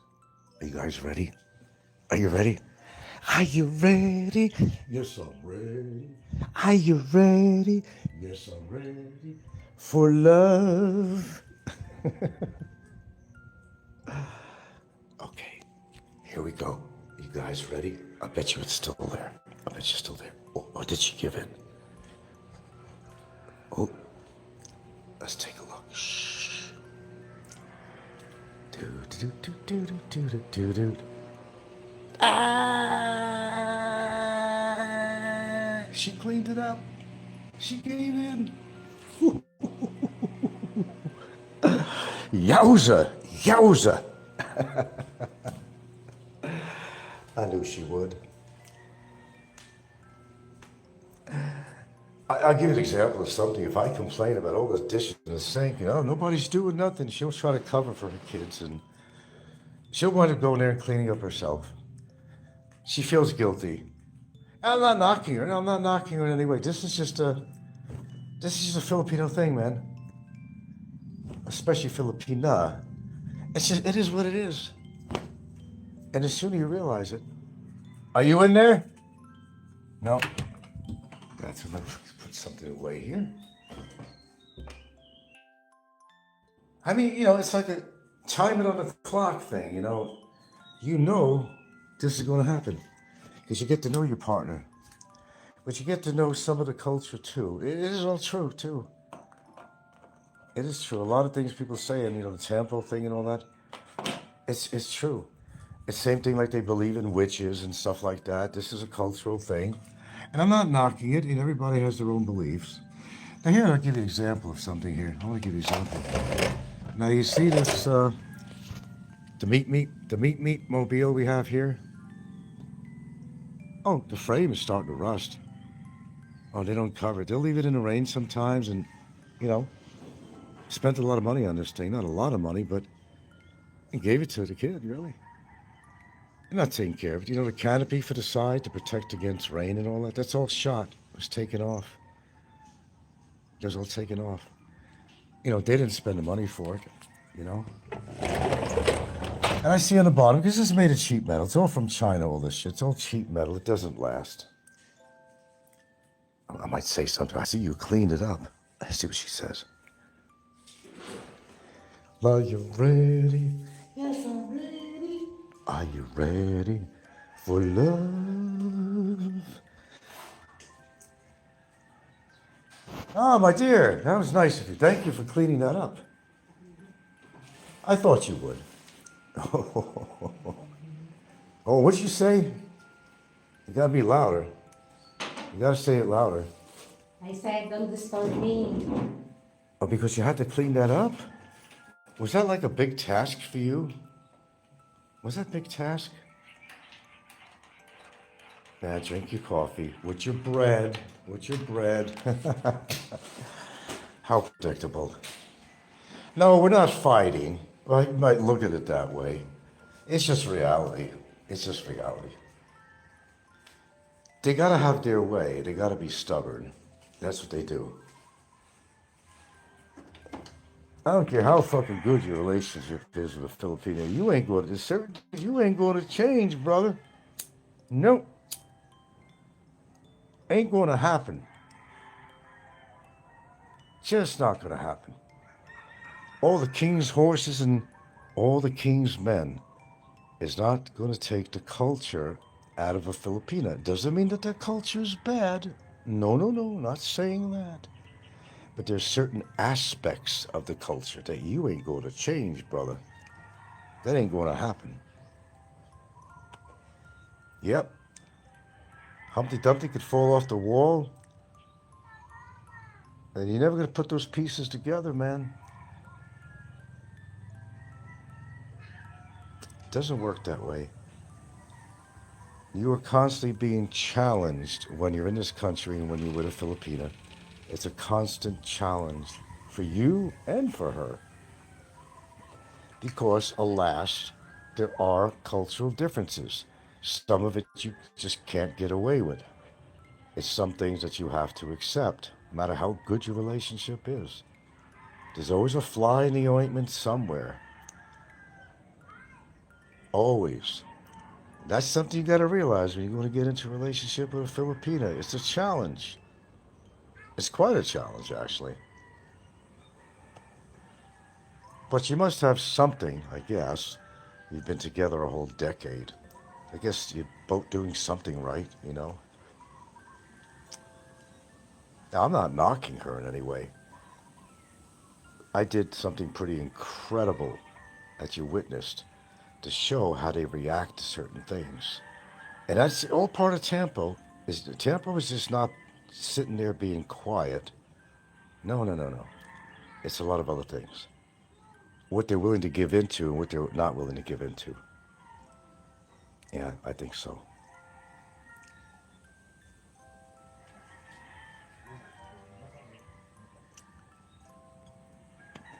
So what do you do in a situation like that? You don't give into it. If you're a drinking man, go out to a bar. Don't get into an argument. It's not worth it. So go to the bar, have a drink with the boys, and most YouTubers drink, and most of them are alcoholics, so that's not a big problem. It's an excuse to get out and get away from the old nag. If she's an old nag, I don't know how you regard your partner. I don't regard her as a nag. But if I was getting nagged, I'd be out the door. I did that with a Filipino in fucking Hawaii. I kicked her ass out twice. Yeah. I especially left her when she tried to take the steering wheel of the car and throw me into ongoing traffic. I think that was a turning point. I think that was truly a turning point in a relationship, you know. When she went Tampo on me. Oh, God. Even American Filipinos, born and raised in America, you know. And Hawaii is America, but they don't see it that way. But it's America.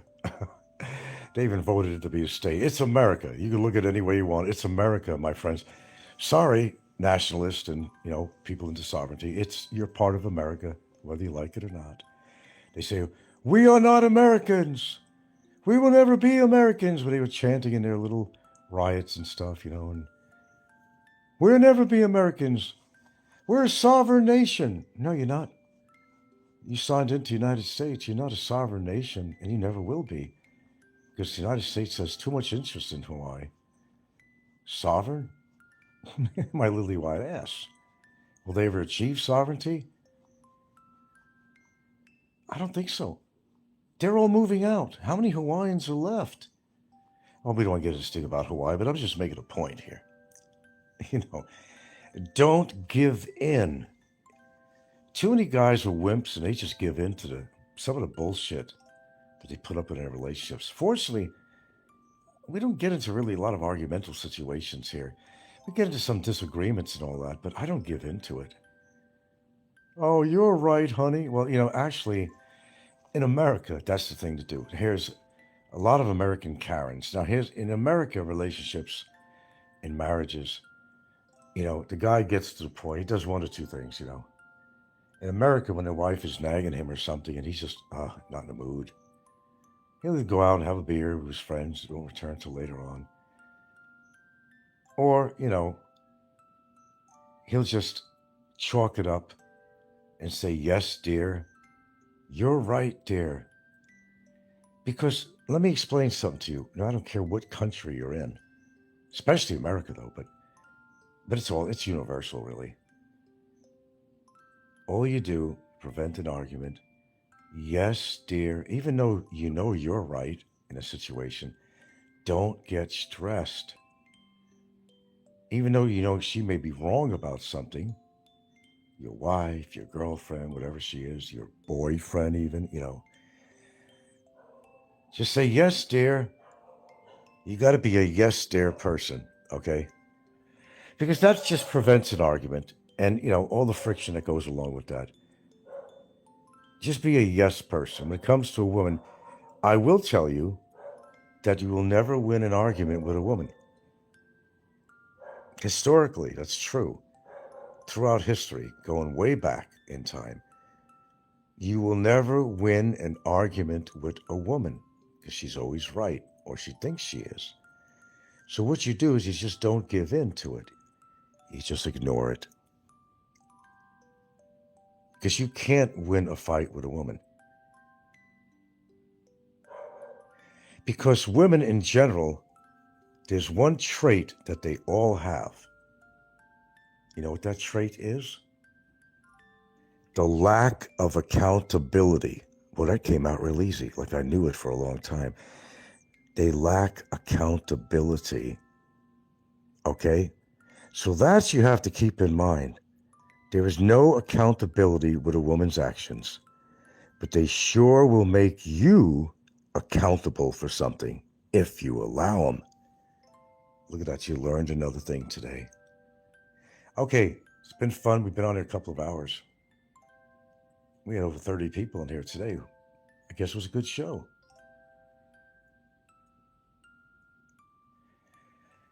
And let's see, they're finished with the, well, at least here in town, they're finished with their little festivities, although they were pretty much rained out yesterday, pretty much. I don't know, I wasn't downtown, she was, and in fact, she even got to the point she didn't want to go. She already went to the procession for the church the day before, and she was supposed to go down because she goes every year and wants to be part of the parade because, Filipinos want to be seen. They're in their element, carrying their saints in their hands to show, hey, I'm a believer.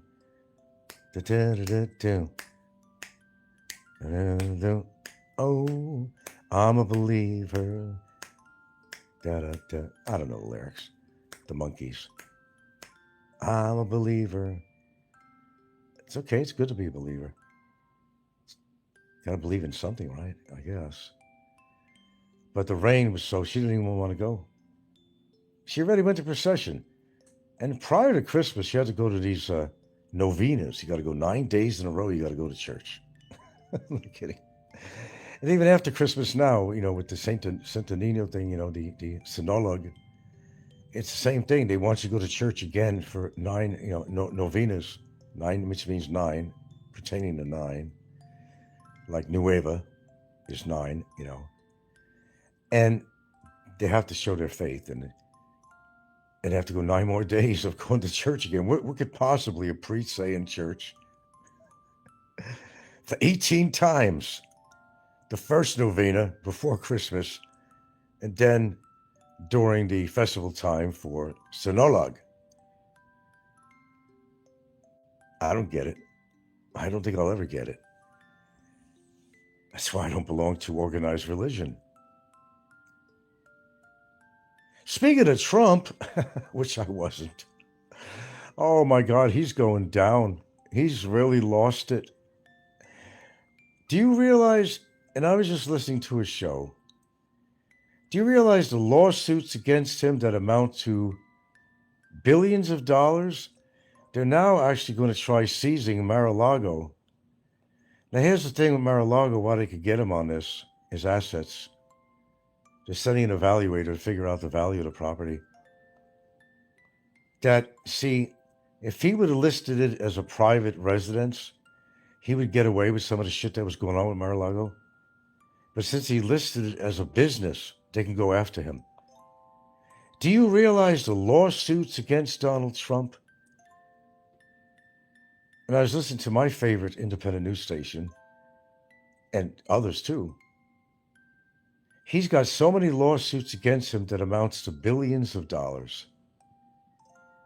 How many billions is he worth? Is it paper? Is it fluid? Now, he seized that tanker, remember, from Venezuela? 1 billion gallons, whatever it was on there.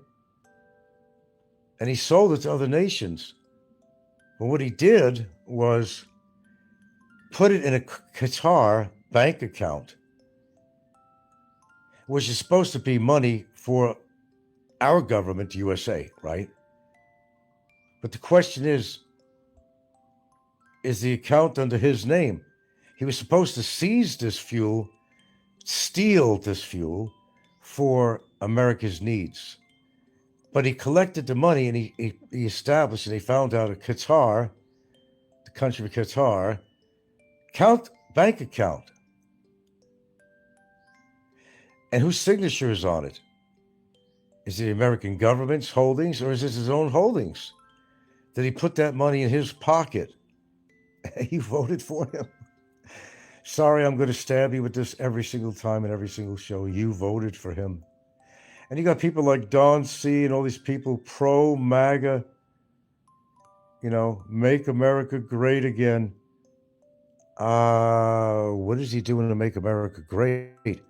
He's attacking America. He has formed Gestapo units to hurt and kill people, taken over towns, cutting federal funds to his children. And you voted for him. He's had people killed and hurt, and you voted for him. The guy's a pedophile, child trafficking, and you voted for him. Shame on you again. Shame on you again. I don't think you're wearing that MAGA hat so proudly anymore. Kind of interesting, some of the things that I'm actually learning that I've actually looked up into very deeply. Republican Act, was it 6262?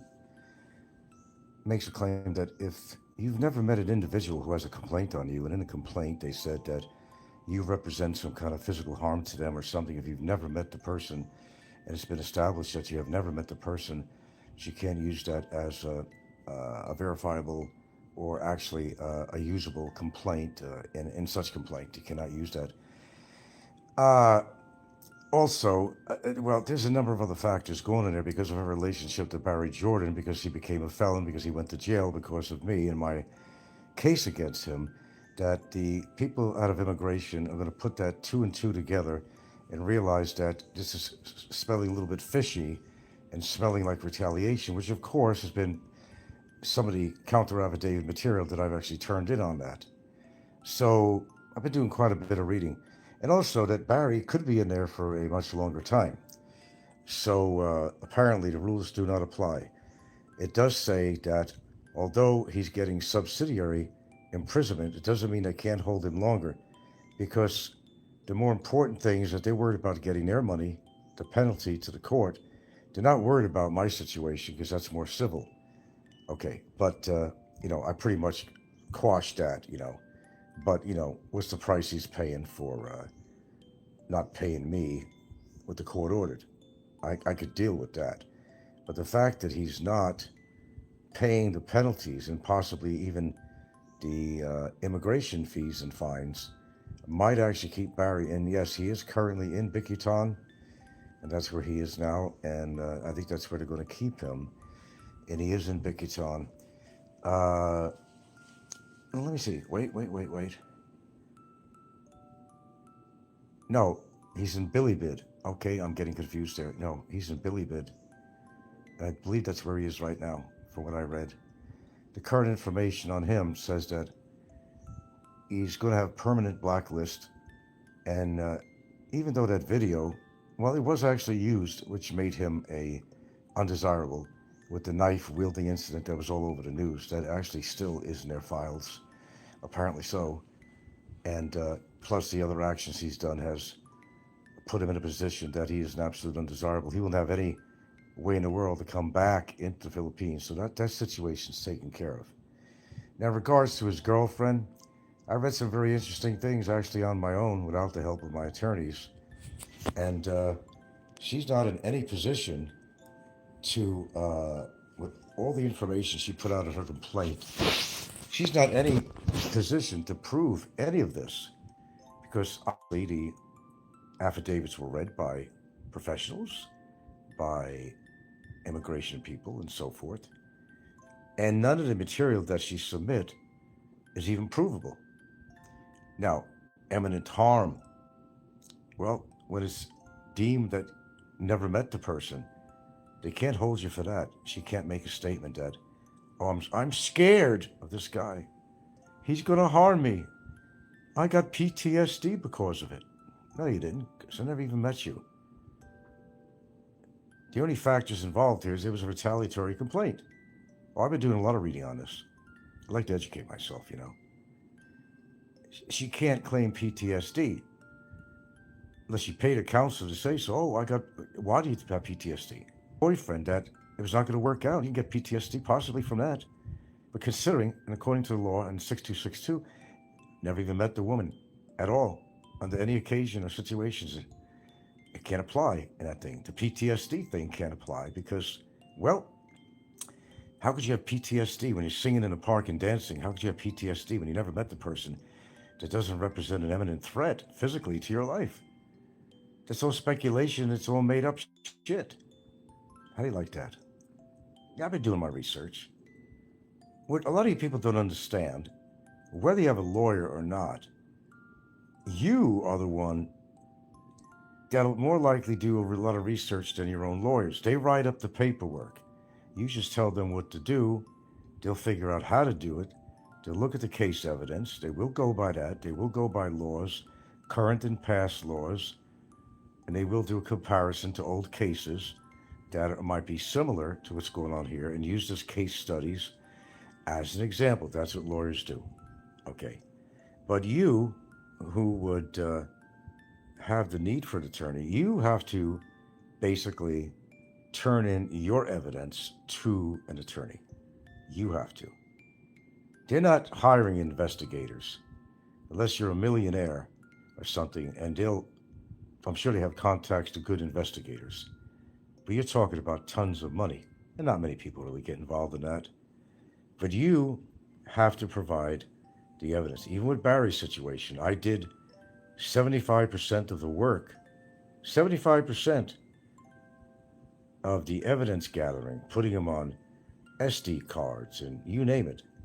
I worked feverishly to get this information so they could put it on paper. It's not an easy ordeal. It's not easy. And believe me, I could tell you that. It's not easy at all. It's horrible. But if you play the system right, get the evidence you need, you're okay. But in regards to his girlfriend, they're going to look at all this. What danger are you in, ma'am? Have you ever met him in person? No. Unless she lies. Okay, why do you have PTSD? Well, it's the things he said to me. What things did he say to you? Well, he called me a whore and a prostitute. Well, that's not on the affidavit.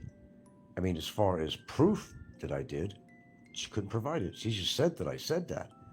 That's not enough for the immigration. Well, I hear you were seen in the park sometime after you filed this affidavit against this gentleman. How come you're in this park dancing to music looking like you don't have a care in the world? Well, I had a good day, but I'm still really bothered by this. I mean, all the horrible things he did to me. What horrible things, ma'am, did he do to you? Have you met this man in person? No buts. You never met this man, is that correct? That's correct. Why do you have PTSD? Well, I can prove paperwork that I went to a counselor. Well, ma'am, you could have said anything to that counselor. They're just going to write it down and take it as, factual, because they don't know any better. Well, I really am having problems. I'm starting to drink now, and I'm really messed up because of this, what he did to me. Well, ma'am, what exactly did he do to you? Well, he called me a prostitute and a whore, and he made threats to me. Ma'am, what kind of threats did he make to you? Well, he did say that, he would get involved with something legal with me for lying about all this. Continue, ma'am. Well, that's a threat. Ma'am, that's not a threat. He has every right to due process in any situation. Yeah, but I know he said that. I swear he did. Ma'am, it isn't really because you were trying to retaliate, because your fiancé was put in jail because of his immigration overstay and because of the 5 cyber libel crimes against him? Well, yeah, but ma'am, is it also true that you harbored, aided, and abetted this man? After all, man, he was found at your house and found out that he was staying there this whole time. No, he was just visiting me. Ma'am, we've had investigators come there. He was indeed staying with you. That man is harboring, aiding, and abetting a criminal. That's not the way it was. Okay, so let's get back to your evidence, man. Can you show me an actual video where this individual actually called you in exacting words? Whore, prostitute. No innuendos, just straight talk. Well, no, but he did. Ma'am, we're not seeing that as proof on your affidavit. Well, he said it. I swear he said it. He called me a lot of names. He threatened me in so many ways. Ma'am, from looking at this affidavit, I'm not seeing that, nor am I seeing the proof. Have you anything else to add to this? No, I just don't like him and I want to get revenge on him. My boyfriend was my future, and he ruined my opportunity. Ma'am, that is not a reason to put in a complaint against an innocent man. We understand your feelings about the individual who had put your boyfriend in jail. We understand it represented a future to you if he was not in jail. But knowing that he's never going to be able to come back in this country, are you still defending him? Are you saying that he was right about what he did? After all, ma'am, he did plead 5 counts of cyber libel. He pleaded guilty. Do you believe he's innocent? Of course he's innocent. He's never said that. Well, isn't that what he said? But then he admitted guilt? Well, that's different. No, ma'am, it's not different. Show me on the affidavit, man, and I've been reading this feverishly. I don't see any proof. I don't see any video proof that he has said or threatened you in any way that would be in interest of this court system. I don't see anywhere any video proof that he calls you a, quote, whore and a prostitute. Can you provide that information, ma'am? Not something edited, ma'am. Not something AI. Can you provide us definitive proof that he said it to you? Those words. No, but I know he said that. I know what he meant. It's not what you think he meant, ma'am. Did he say that or did he not? Hello, folks. It's me again.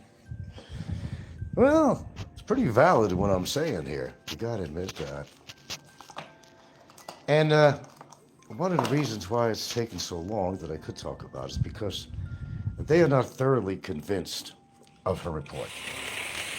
There's too many in-betweens and innuendos and, nothing that really brings it to a level that she's trying to bring. It's a complaint, basically. And they actually call it in the court system, they call it a, what is the words? Oh, very exact words. It's a nuisance complaint. It's called a nuisance complaint, which exactly is what it is. It's a nuisance to the court. But they have to go by their guidelines and stuff. The fact that it's taken so long is actually a good sign because it means that they're not sure of it. But they were damn sure. Look what happened to, a couple of these guys that are being deported. Okay. It, happened right away to one local Slim. Right away. Well, they decided he did wrong. There's enough evidence to say, you're going home, brother. Now, don't forget, she put her complaint in over a year and a half ago. Please note that, Popeye and everybody. A year and a half ago. A year and a half ago. Despite overloads of cases, and honestly, just considering that they do have a lot of cases on their hands, you have to consider that into there too. I'll consider that. But from my information and research and from my lawyers, this is an inordinate amount of time for a case that's basically a nuisance complaint, and that's all it really is, from a woman who is scorned. Scorned because the opportunity of being with her boyfriend is no longer possible. Because under the situations, it does state that he will not be able to come to the country. He is permanently blacklisted. She's upset. And I even understand that. A lot of American girls would do that too. The lights for their teeth, I mean, after all, the boyfriend or whatever, or husband represented the future. They don't want that taken away from them. So, it's kind of hard to find especially as you get a little older, it's kind of hard to find a good foreigner to get together with. Good or bad, whatever. A foreigner is a great thing to have. But when you lose that future, you're going to be pissed off. How dare you do that to my boyfriend? How dare I do what? He did that to himself, ma'am. Okay. We're having fun with this, but we're also being very serious about it, too. I am.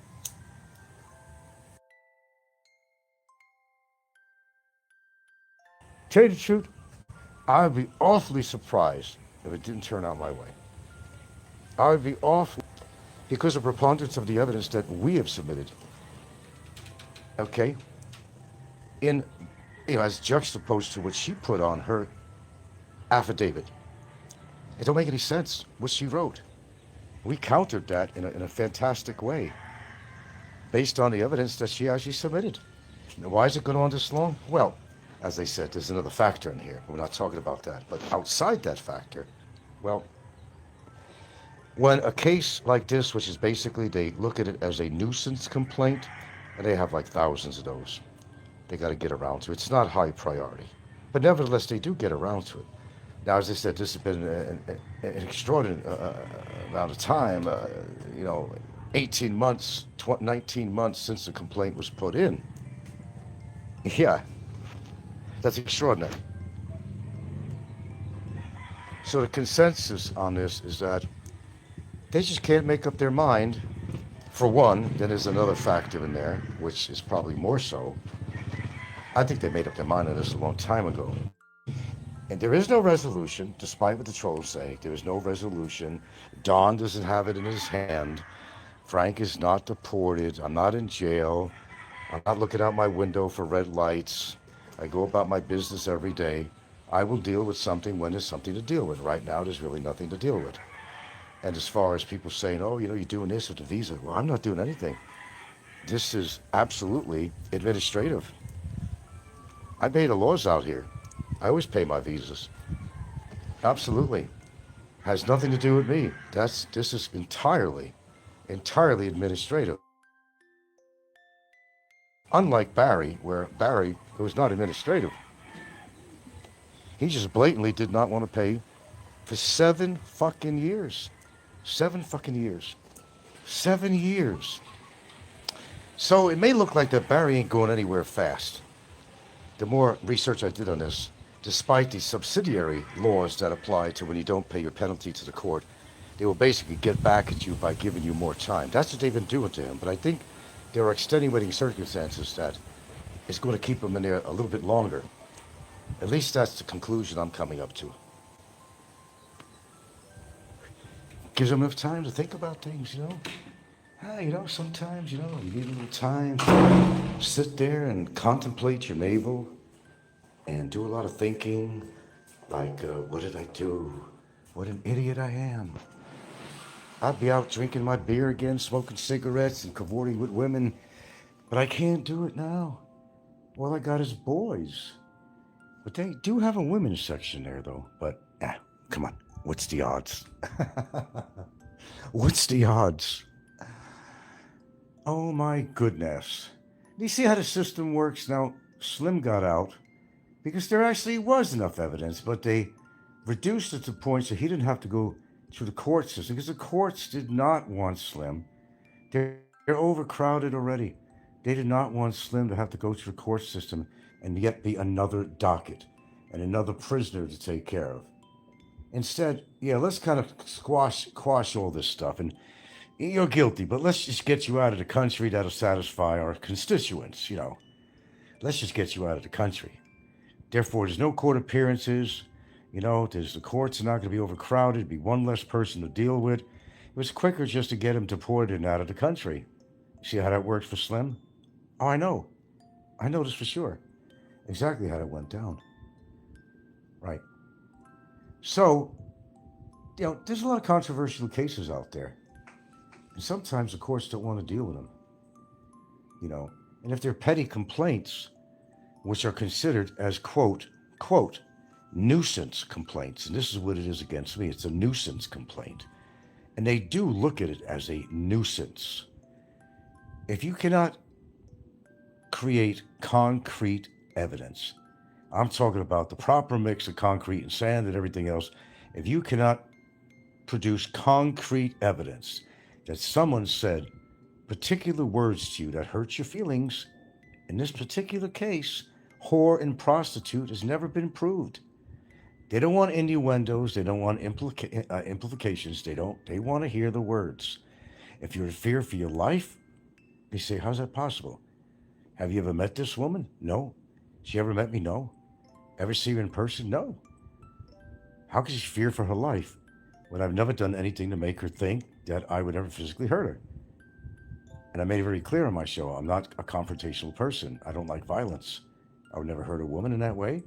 I never met her, never been to her house. But Barry was. I wouldn't do anything that stupid. So she has a lot to prove on this. But then there's going to be, oh, gee, you're retaliating against her, Frank. No, I'm not retaliating. She's retaliating. She wants to see me hurt. She wants to see me wounded. Because I messed up the greatest relationship since Luke and Laura on General Hospital. The greatest relationship. Yes, I know that's funny.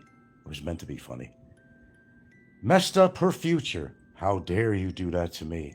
How dare you, sir? Tell you what I'm going to do. But as soon as I can raise the money for a lawyer, and I know some people that could help me, that volunteered, I'm going to go with it. And I'm going to get a lawyer. I'm going to have them write up this complaint, and word for word, I'm going to give them. I'm going to tell them some stuff. How I'm suffering. I got PTSD. Oh, yes, she's out partying with her friends and neighbors and walking in the park, dancing. Yeah, she's got PTSD, but if she does, oh, that's not a definition, but maybe she got PTSD from him, for all the crap he pulled on her, for all the shit he did that caused her stress. But from me? Nah. How is that even possible? How's that even possible? I don't have that much of effect on people. Oh, a lot of women who loved me. Maybe I have that romantic effect on people, but there's no romance with her. No application here. I'm not that influential. I'm really not. But it's a nuisance complaint is what it is. I think that's what they're going to be treating it as such. And I think that's all it's really going to be. But we'll find out. But like I said, if it doesn't go directly that way, well, this just continues. There are avenues to deal with this situation. But unfortunately, well, it opens up yet another can of worms. I certainly hope they're tasty. I certainly hope they're flavored, because she's going to have to eat that can of worms. And whether it gives her digestion, I'll provide the antidote for that. I'd be glad to give her an antacid or something, to simethicone to coat her stomach. I'd be more than compassionate to do that for her. But the way things work in this world is not always the way you want them to work. What's that one song? One thing leads to another. One thing leads to another. And it does. There's a domino effect to everything. There sure is. Well, those cans should have been left away from the can opener. Never should have touched it. Never should have opened that can, because once you open that can, it's impossible to enclose that can once it's been opened. It's already oxidizing the food in there. It's been exposed to oxygen and air. And the material in there is going to rot. It's going to get putrid. And so will everything else get quite putrid down the line. Just the way you got to look at this stuff. One mistake leads to another, and then to another. Look at Barry. One mistake led to another, his immigration overstay, his cyber libel crimes. He's paying for all that right now. 3 fucking years. In a detention, in a prison. Several of them. Didn't get him anywhere. Sometimes the law comes through. Sometimes it works, sometimes it doesn't. Now I know that the Department of Immigration is on a journey right now, an epic journey to get rid of all the foreigners that are not exactly conducive to be staying in the Philippines. In other words, undesirables. Oh, we got plenty of them, don't we? Do I have to name names? You already know who they are. But it all catches up to you after a while. I'm a true believer, and I've seen it happen. Over the past 10 years, I've seen it happen. Death, deportation, whatever. It's happened. It'll happen again. with more than one person. But what you got to think about is you have a beef with somebody on here. Your best way is to amicably, and I don't mean money, amicably settle your matters. Because you can't guarantee the future of anything, nor can I guarantee anything. You can't guarantee your future. I can't guarantee you I'm going to be alive tomorrow morning when I normally wake up. I can't guarantee that at all. Likelihood you'll probably hear me on doing another show.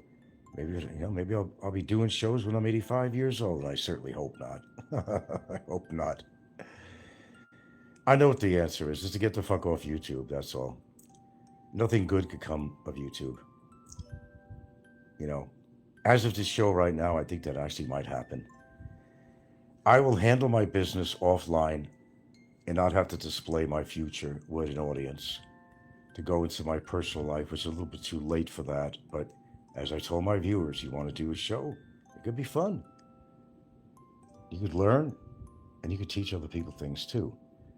It could be just plain good old entertainment, but all it takes is one apple to spoil the bunch, and all the other apples join in, and now they're all rotten apples. And we got a lot of rotten apples out here. There are ways to resolve a situation. Admit your guilt. Admit your guilt to the complaining party. Admit your guilt.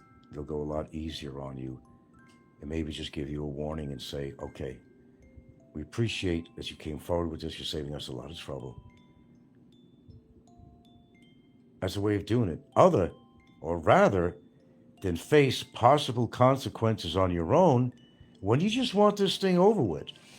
They make the complaint, they're hoping that something happens, it doesn't happen, it doesn't go their way. The next thing you know, they're dealing with something. Litigation, mitigation, expenses for court, expenses for lawyers, all that stuff. Of course, they'll have a little bit of help from her friends.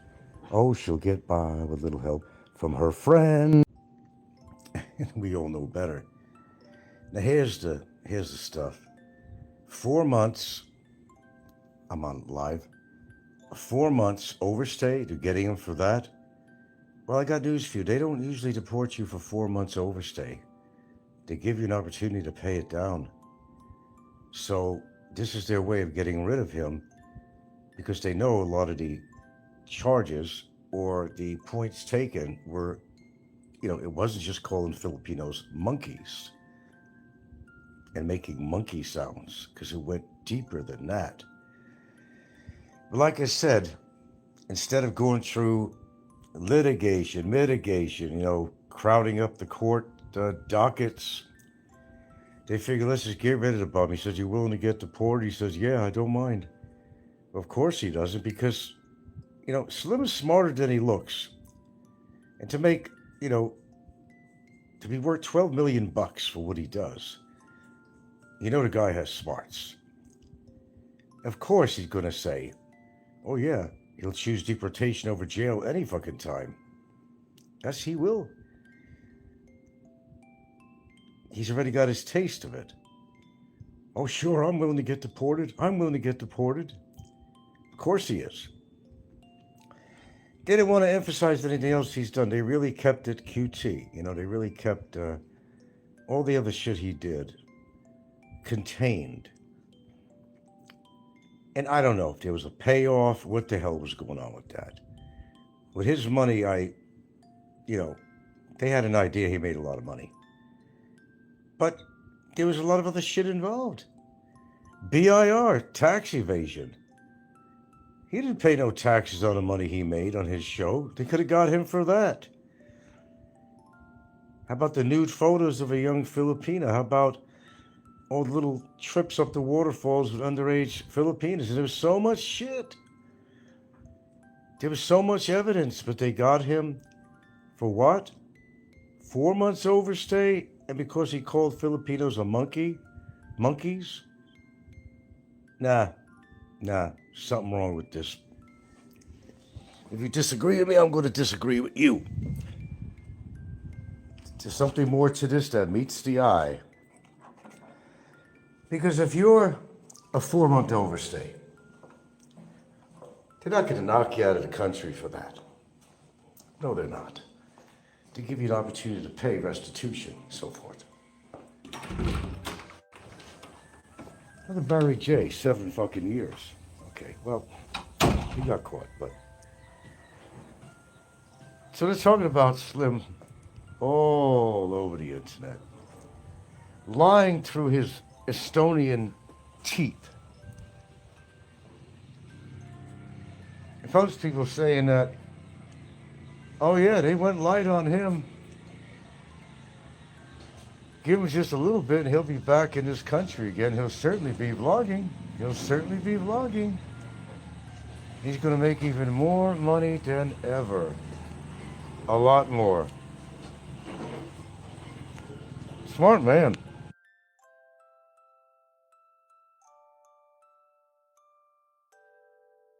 I should use him as an attorney. He knows all the tricks of the trade.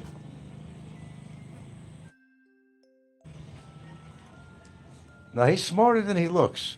Everything he did was planned, choreographed. He just thought, well, I'm money, I can get away with this. No, I'm not going to pay my visas. Plenty of money. No, I'm not going to get a car seat for the baby. Who cares if the baby gets his head crushed in the windshield? That's not important. I got to make money. This is what I did for a living back in Estonia. He was a fucking scammer. Didn't care about the baby's well-being, as well as her. Now, I don't know what the deal is. Did she break off the relationship with him after this? We don't know all the details. Now, this is somebody's feed on there. I got this information from a picture of him, an interview, the most current one. I didn't go to his vlog. Did he actually apologize on it? I didn't see that. I'll go look later. The system is, it's a funny system out here. He got away with a lot of shit. But I think there's a lot of people who do know better. And a lot of Filipinos and Filipinas that have followed this because, word gets out in the Philippines. It's like in Hawaii, we had the coconut wireless. Same thing here. Excuse me, I gotta shut off this pressure pump here. Might be, okay, there we go. So I don't know what your opinions are, but I definitely have my own. And nothing he did was kosher. And he acts so innocent. Oh, I didn't know better. I'm only human. He said, I make mistakes. He knew exactly what the hell he was doing. I'm not buying this story. So don't try to sell it to us, Slim. Because that's a lot of bullshit. That's what I mean when the wrong people, they're picking on the wrong people when they're going after making a big case of something or complaints or whatever. When the real undesirables, well, there's one of them. Slim.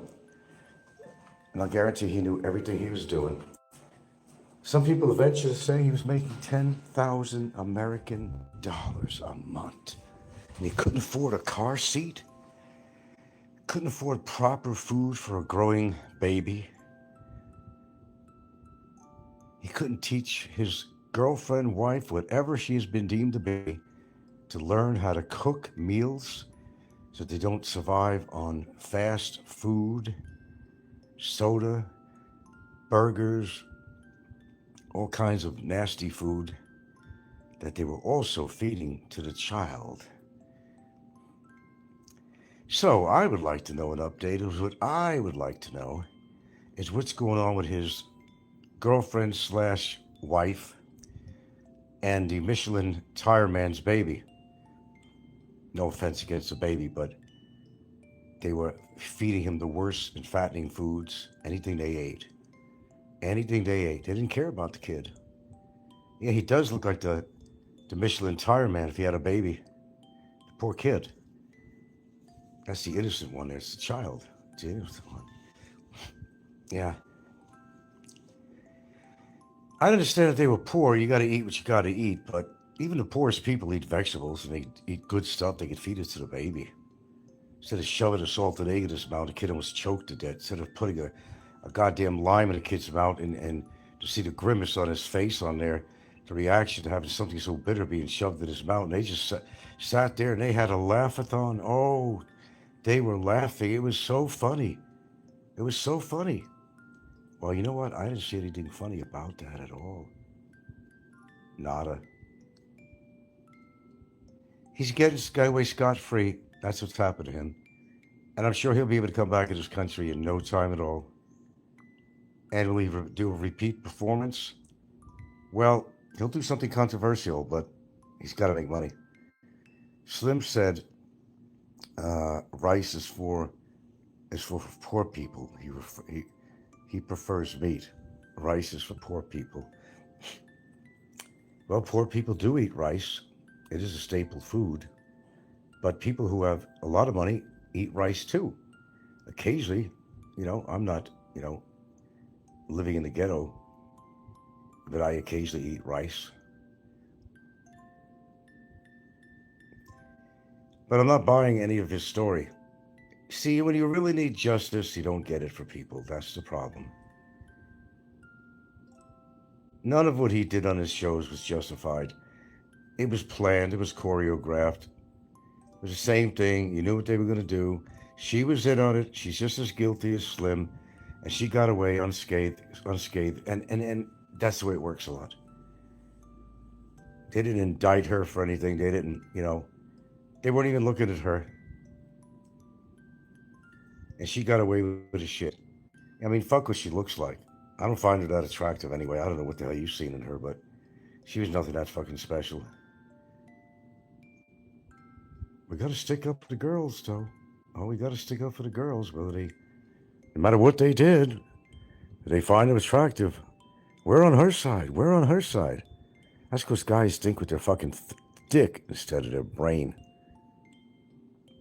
That's what it's about. It's always ever been. Successful channels, they put women on there scantily dressed or acting provocative. It's just a part of the game of YouTube on here to make viewers and make money.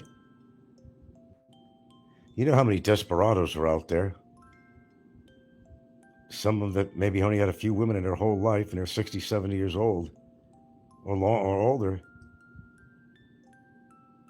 So the best to do is let's look at the women on their shows. Throw their fucking panties down to their ankles and do whatever pleases them. Because they know they're never going to get a real fucking woman. They're going to live their life vicariously through chumps like this guy. Hello, Mark. No, there was some, normally I do a remix or something, but this channel didn't allow me to remix. It was on some feed of some sort. Of his YouTube. What the fuck it was. It just came up and I just looked at it. They were interviewing him and he was playing dummy. Well, I'm just human. I make mistakes. He knew exactly what he was doing. That's what infuriates me about this guy and with some of the people on here, what they're getting away with. I agree his apology will be disingenuous. Yeah, excuse my spelling in my title there. This should have been disingenuine, not disgenuine. Typo. Sue me for it, get it in line. And even Vitaly he got away with a lot of shit. All right, he served 9 months. But for what he did, I think in some ways, that Slim, in some ways, I think did worse than Vitaly. Because, we don't know Vitaly as doing sexual harm or exploitation of women like Slim would do. Slim exploited these underage women. That's a crime in itself. He could have got 20 fucking years for everything he did. But instead, his lawyer cuts a sweetheart deal of some sort. And he goes and he gets to be deported. I guess he's on his way today, supposedly. I don't know when they're doing it.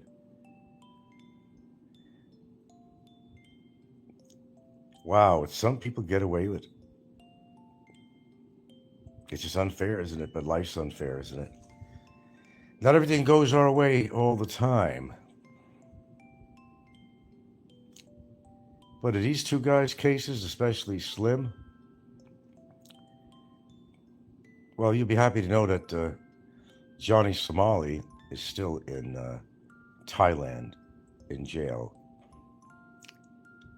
And this coming month, I think he has starting of a trial or continuance or something going on with that. You haven't heard much of Johnny Somali on the news, so he's kind of kept neatly and packed very well, incarcerated somewhere in Thailand, is my understanding on that. J. Doll says, I heard the suggestion from another person that most of Slim's subscribers were fake because the views on each video were not even close to his number of subscribers. Well, he had the money to do it. Do you realize he was worth, they said something about $12 million? I heard this in the past. In the bank, $12 million fucking dollars, Vitali. You imagine that? When you get that greedy, you get that kind of money, you get even more greedy. And you're going to do things and challenge the system, challenge everyone to make more. Like Trump, you want more and more money. That power goes to your head. And you're willing to take the chance of making more money.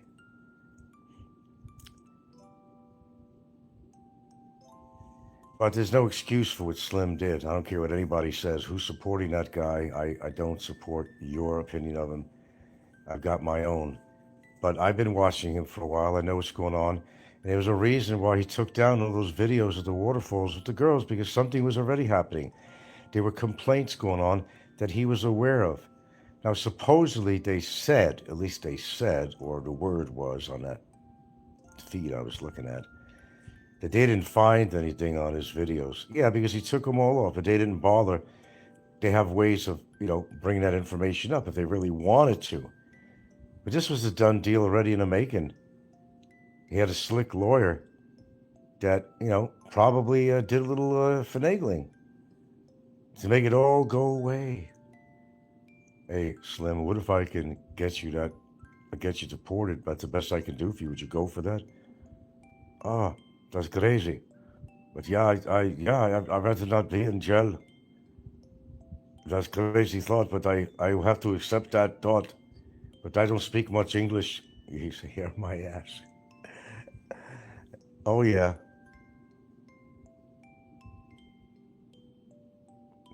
Yeah, his subscribers being fake, like I've witnessed this on other channels. Because let me tell you something, the amount of subscribers that he has, you're exactly right. If you had that many subscribers, you would have a whole lot more viewers every time he came on a video. And this is done all the time, and it's easily done. Yeah. And then, I don't know, somehow YouTube is unaware of that. I don't know. I don't know how they couldn't know. I don't know. They're lazy or everything's digital. I don't know. There's not humans there monitoring stuff. There's not people investigating how did he have that many subscribers? How did he get them? Are they genuine? No, you're right. You know what? I never thought about that before. I wasn't thinking about that. Actually didn't come to my mind. I was distracted by the other stuff that was going on with him. But yeah, they don't match. They don't match at all. Yeah, I noticed there's some sites on there. And someone in the past was actually suggesting me to do that. And I never did that.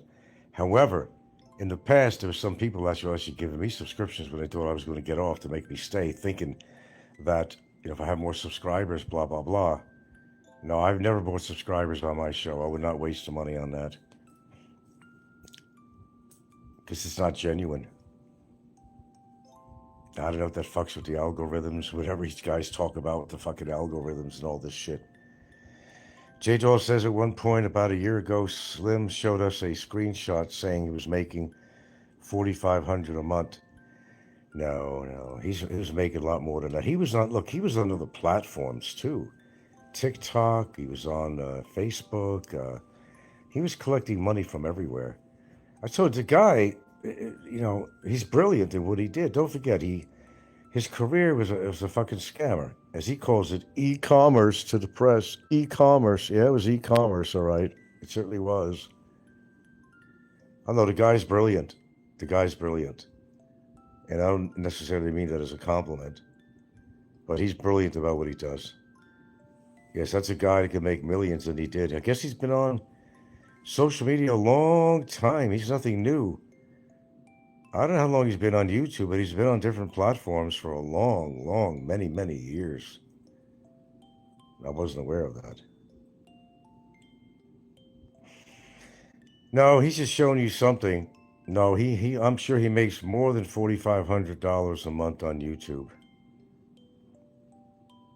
Even so, that's a fair amount of money. You can't afford to pay his visas. Can't afford to buy a car seat for the baby. Can't afford to have somebody teach his wife there, whatever she is. I won't say that because I don't know what she is. So I'm just going to say whatever she is whatever he wants her to be, I guess. So, who was complicit in all this and couldn't teach her how to cook. J-Do says, yeah, his e-commerce gig in Estonia was a scam where he used to sell, you heard about cell phones, yeah. He used to sell cell phones that he didn't actually have. He confessed to stealing fuel from trains. He admitted all that shit too, huh? That were passing through his town in Estonia. Wow, he really was a scammer. Eastern European countries, they're like that. Bulgaria, Estonia, Russians. I mean, a lot of that shit goes on in Nigeria, especially, too. And a lot of Africa, a lot of points in Africa, all over Africa. Not really necessarily South Africa all the time, but many parts of Africa, it's the biggest scammers in the world. The biggest. Stealing fuel from trains. She was selling phones on the internet somehow that he never really had. Wow. Wonder what else he did. Was he also a pimp? Was he also a pimp? Did he wear did he have tassels on his automobile? Did he wear a big Superfly hat in Estonia?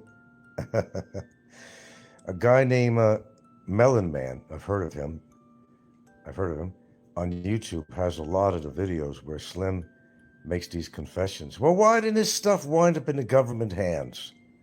Because nobody wants to get involved. Just like with Barry, I had to do all this shit on my own. Nobody helped me out on that shit.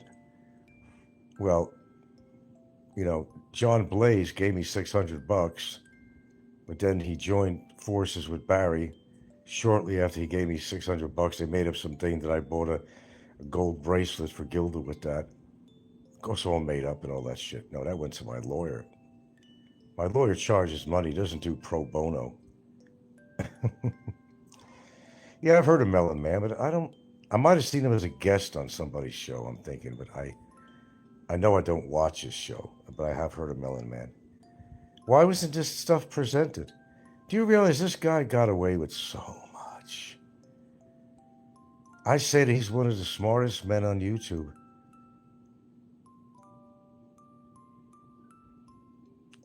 Other than 8 miles from home, him and his British wife and kids, they got it down to a science.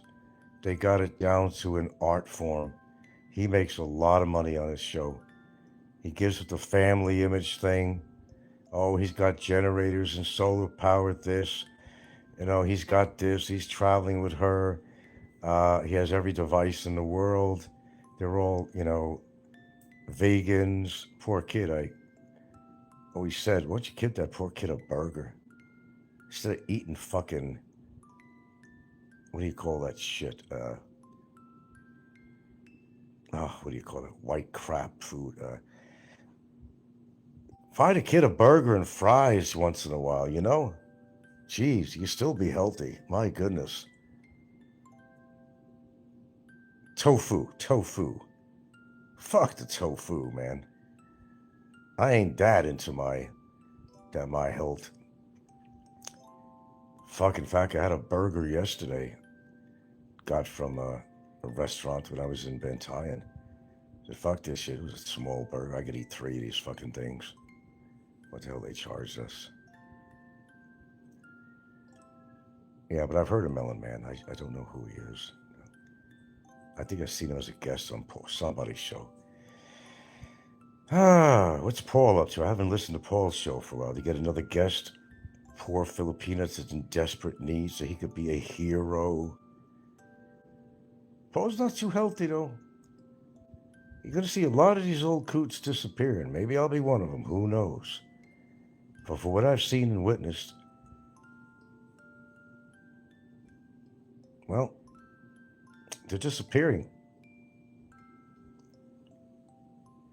Yeah, they didn't. Right, Jay. Doll. Slim and Jolena had no friends. They locked themselves up in that house behind a big gate. That's exactly what they did. I don't know. Maybe she was, in a sense, she was a prisoner in a way. In order for her to live that life, look, you don't know what goes on behind the scenes, only what they want to show you on a video. She could have been a kept person, what they call a kept person. Listen to me and do what I say. I take care of you. I'll buy you gifts. I'll feed you and a baby. Never took him out anywhere. Up until the heat started coming on with him, with all the trips to the waterfalls, and he always went there because, it was an isolated area. Hint, hint. How many girls he brought up there, we don't know the score. There's even something about one of them was nude. He was always touching women. The evidence was out there, but they didn't present it. He got away. He got away. Let's face it, he got away with this. A deportation is nothing. Not when you consider he could have spent a lot of years in jail. He got away easy. Easy as Aunt Bee's pie. Slim bought a nice karaoke machine. Yeah, I remember. And she used to sing to herself when Slim was up. I know, isn't it horrible? Guys, listen to me. There's a lot that went on behind the scenes with this guy, trust me. And if you would ever get her to confess, that would be a show in itself. She'll make a lot of money. If she could take over Slim's channel or something or whatever, he's not going to give it to her, but if she can go on and make her own channel, she'll get monetized right away. She'll make a lot of money because people want to listen to her stories. But I think he had her too scared. She's afraid of him coming back. But don't forget, that may not be either. Why? Because she was in on this shit. Do you understand me? They might have not even been a real couple. Because I heard that they were sleeping in separate beds. Why would they do that? That she was in on this scam. She's just as guilty as Slim. She was in on all this. I'm convinced of it. She knew what he was going to do. She allowed it. Because she would see the videos while he's editing them. Unless he edited it in his car or something and didn't want her to see the rest of the waterfalls videos or something. Oh, that guy just infuriates me. I think the only internet skills that Jolena had was ordering dinner every night from local restaurants. Well, I didn't take her to be too intelligent, to be honest with you, from my observation anyway. I don't know what you thought about that, but I didn't really take her to be a very intellectual person. I never had that thought at all. But when the money's good, the money's good. And any person, could be anyone, could go along with something that, benefits them. If you're living a life, you're poor, you got a kid to raise, and the kid is not even his, we know that. It's some Korean boyfriend she had. Not even his kid. He didn't respect the kid, couldn't even give him a name. Call him baby boy. Shoving shit in his mouth. If that was his real kid, he wouldn't shove that salted egg in his mouth. Or his girlfriend, I don't know, she shoved that fucking lime in his mouth, and I was furious when I seen that.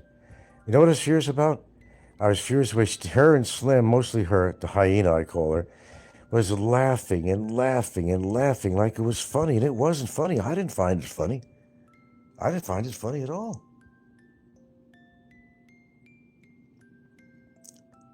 Don't abuse a kid that way. I tell you one thing, you did that in America, your ass would be grassed. Department of Social and Health Services, Child Services. Your ass would be grassed for a lot less than that.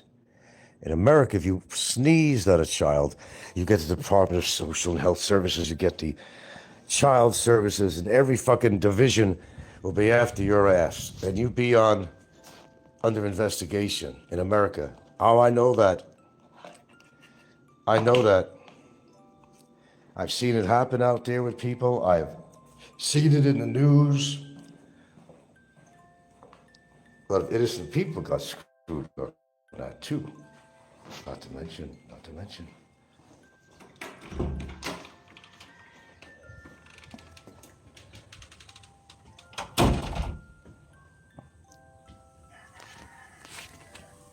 Weather changed quite a bit here.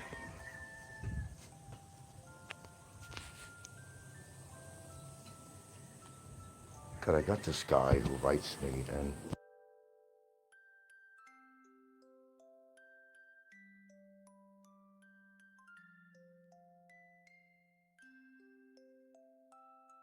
and he can't stop himself by quoting scriptures and shit. He's not a YouTuber or nothing. Somebody I know in a long time here, you know. American guy. He's like 75 years old, has a horrible back and pain all the time. He had a back fusion, and that's the biggest mistake he made, do a back fusion. He's always in pain, but anyway, the show ain't about him, but I'm just mentioning, you know, he needs somebody to talk to because his wife's working out all day, and he's home with his Dobermans all day. So, now he had contacted me through his wife, wanted to talk to me about something, and I knew what he wanted to talk to me about. Anyway, we started talking on Messenger. Now it's like, you know, he's a nice guy. He's a nice guy. But he's just, you know, even though I've hinted him, more than you could hint to anybody that I'm not particularly religious, and I don't want to hear about, you know, what he thinks about the end of the world, and the scriptures say, and the Bible says, and all this other stuff. I don't want to hear it. I don't want to hear it. J. Doll says, I'm curious to know if Slim will send money to Jolena to support her, whether he will ghost her, basically, you know, will abandon her, or whether she will join him, whatever he means. She'll join him. She'll join him, Doll, because she was in on this, don't you understand? Of course, she's not going to stay where she lives over there because there's too much controversy in the town. You know, and she needs to be close to shopping and everything else. How about the car? How about the car? What are they doing with the car? I guess you never mentioned that. The car, the motorcycle? Is he giving that to her to sell? A lot of questions, unanswered questions. That car's worth something. Motorcycle. Yeah. But a lot of you guys are kind of gullible. You got to read between the lines. I feel, and this is my opinion, it's only my opinion, you don't have to share it. I'm usually right about a lot of stuff, and I've been wrong a few times, but I'm mostly right. She was in on this caper.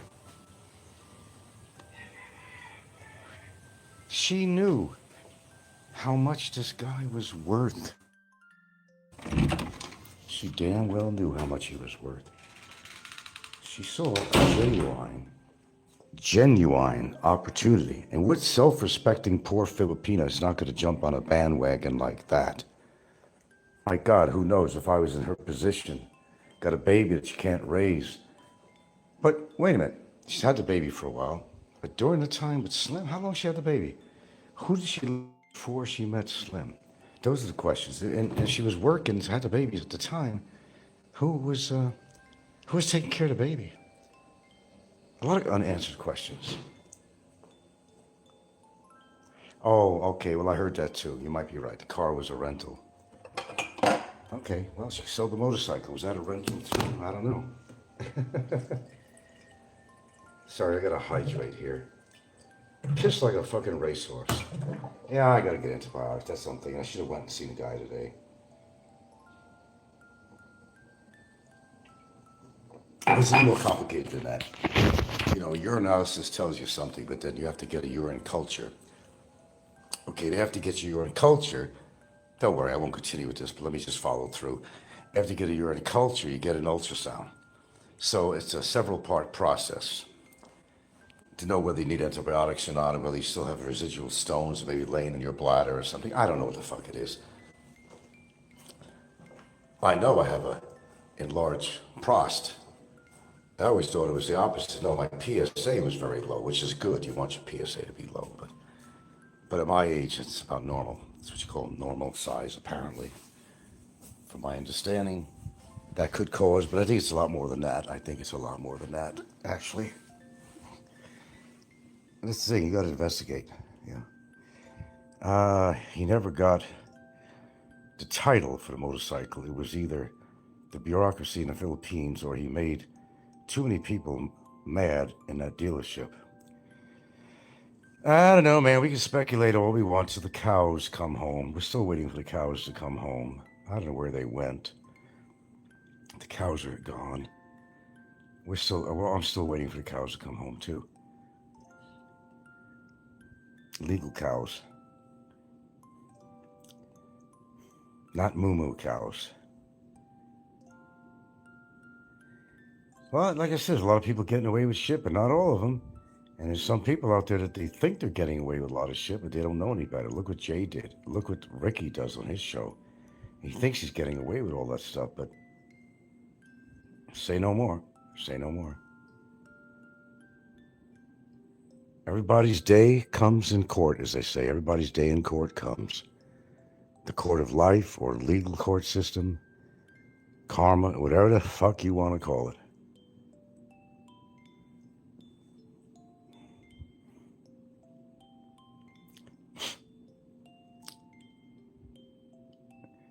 Okay, it's going to have to become decision-making time for me. I've been procrastinating just a little bit too long on here. I work better as a fly on the wall than anything else, to tell you the truth. And I got my own things to deal with. I got to listen to everybody else's shit on here, which is ridiculous. I don't need that. Life has to go on. And I can't get involved in everybody else's affairs, what's going on in here. They're going to do the things they do all the time. You're not going to stop them unless you do it legally. And even that don't stop them either. But it gives them a good lesson, doesn't it? Mm-hmm. It sure does. There's going to be a lot of expats lining up at Jolina's house. Oh, yeah. No, she's not going to stay there. Look, even if he's paying the rent, I don't think she's going to stay there. Because all of Dumaguete knows about her and Slim. I think it'll be uncomfortable for her to stay there. He'll give her money or something to go find a place, or she'll go back to her parents. She must have parents. Must have family, a sister, brother, or something somewhere that she just does not talk about. Something went down with that family. I don't know what. But you don't see family members coming over. You don't see friends coming over. Living incognito,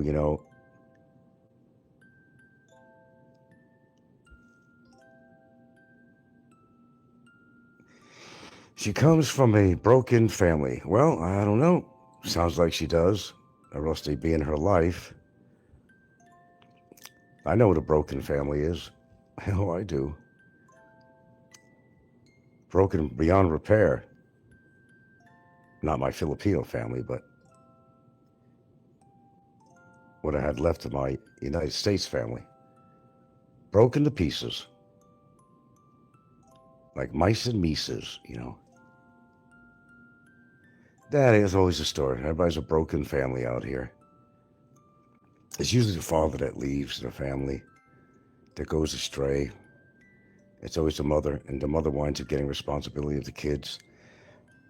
The thing about the culture out here is it's sad in a way, because generally some Filipina gets pregnant, and the mother ain't necessarily happy about it. She'd like to have a grandchild, but under better circumstances. She winds up being the mother. She's already raised children of her own, many of them, right? It's her time to relax. She's retired. Raising children is hard. Even as a younger man, I know that raising a child was hard. On my own, and I did that. Not many guys could do what I do, but I did. So the mother would be the grandmother of the child. She winds up being the parent, because she has to go out and work. So now she created a burden on her own mother, is what these Filipinos do. They create a burden on their own mother. But, you know, the way Filipino families are, they'll do it if they have to. Just another child to love. It's a grandchild, after all. It's not because they really want to do it necessarily, because some of them are tired, they have health problems, but it's an obligation. Just like a child has an obligation to help the parents out. Because the parents gave them life, brought them up. When they start working, you're supposed to be helping out. But there's other ways around it. Just marry a foreigner or get together with a foreigner. That solves all problems. In one video, she had trouble counting how many siblings, step siblings she has. Maybe she don't understand the word siblings. I don't know. It's possible. Huh? No. No, nothing. I want Come here and have sex with me, for God's sakes. Let me see what you got, baby. Yeah, baby. Show me what you got. Show me what you got. Boy, if you took off your clothes on camera, man, you know how many people's pants will be down to their fucking ankles? You know how many... God. To see the famous El Gilda? Yeah. No, because you. If you love my body You know what? and you think All you're this sexy. listening to you is become horny. All the people listen to me becoming horny. Yeah, I bet they are. Ooh. Yeah, yeah. You betcha. You betcha. Sure you betcha. Oh my God, Magnum. Oh my goodness. Turn on the camera, Frank. I gotta see. I'm sure you'd like to see that. No, she has other things to do right now. She's in the kitchen. We're just fucking with your heads. Oh my goodness. You eat this one tonight? Yeah, I think I'm gonna make that tonight. Lady Cross. Oh, okay. Yeah. Turn down the lights. No, that's not it. When the lights are low. I wish I understood all these fucking lyrics, man. Oh, Scotty. Oh, got to go Scotty. He's after this one young chick, you know. He seems like a babe in the woods or something. I mean, I don't know. He doesn't seem like an experienced man with women. Then something's odd about him because he... Oh, I don't need woman because there's too much trouble and I can't travel. That's a typical guy making an excuse that he can't get women. Scotty is bizarro world, man. That guy is out there in left field not coming in for the ball. Holy shit. You're nasty, Jay doll. Oh, that's a Rochelle. You know what? I've been taking some of her Kit Kats from Japan.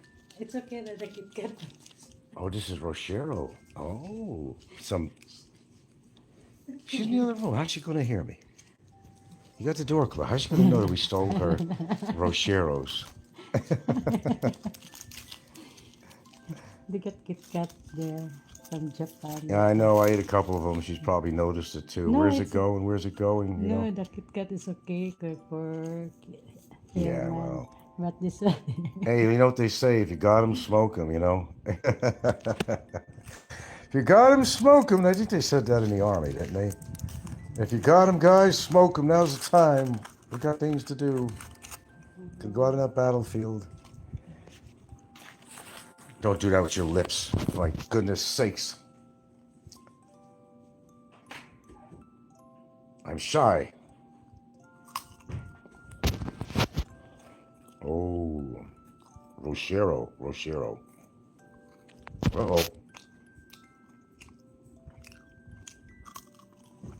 No, I like the one that has the cherry filling inside. Mm-hmm. That's the one I like to have.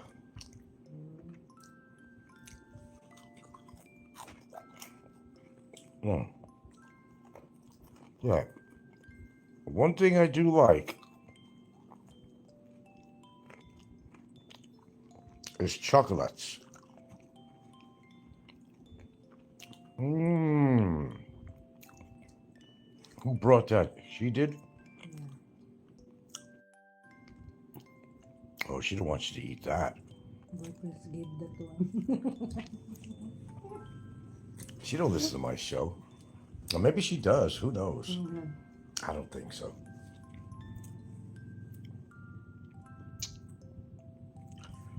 I think she knows more what's going on than I do, actually.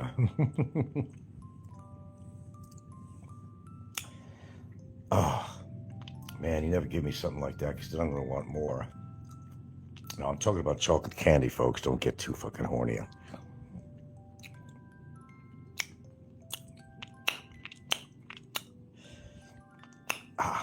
They hate when I snap my lips, so I'm just doing that purposely.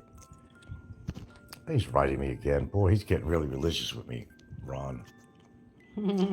Boy, he found somebody to talk to, discuss the world events, but he's putting in, of course, his biblical connections to it and all that. And Just talk lang good. I give him hints all the time.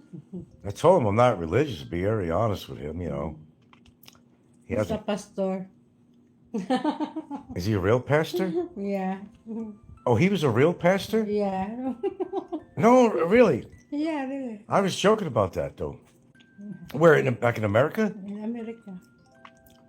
Oh, no wonder. Oh, no wonder what I'm dealing with right now. He was a real pastor.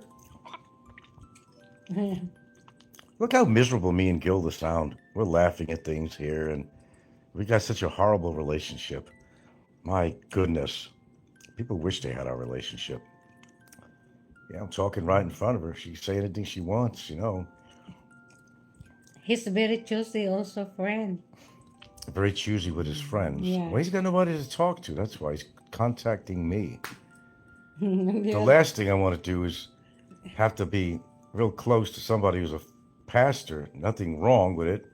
If you like pastors and you happen to be religious, that's just not me. It's my choice. But, if you could just have a regular conversation, guy to guy with me, And I'd love to talk about world events, what's happening right now and all that stuff.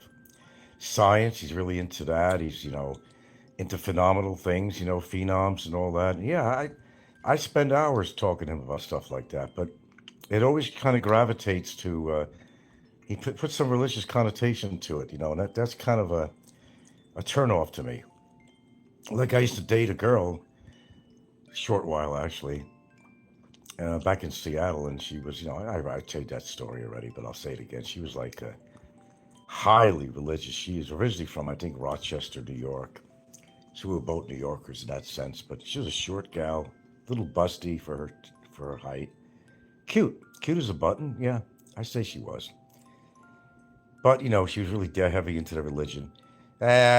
She wanted me to come to these little, sing around the fire thing, roasting marshmallows, singing Kumbaya.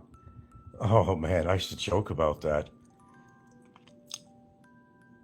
Singing Kumbaya, yeah, I could see myself doing that. She claimed she spoke in tongues. I said, oh, shit. Oh, shit. Oh, shit. It sounds like Latin or something, I don't know, but that God speaks through her. Well, I'd like to talk to him myself about a few things, to be honest with you. How do I contact him? He's got a phone number. Has he got an email address? I'd love to talk to him. Kids. Oh, the kids are back. Yeah. Gilda, do you know what, Gilda? I wanted to tell you something today. I love you. I love you too. Aww, beep, beep. Nah, I do love you, Gilda. You're the best thing ever happened in my life. Yeah. All right, go greet the kids. Okay. Hey, that's true love, my friend. Nothing rehearsed there. Nothing orchestrated. When the lights are down.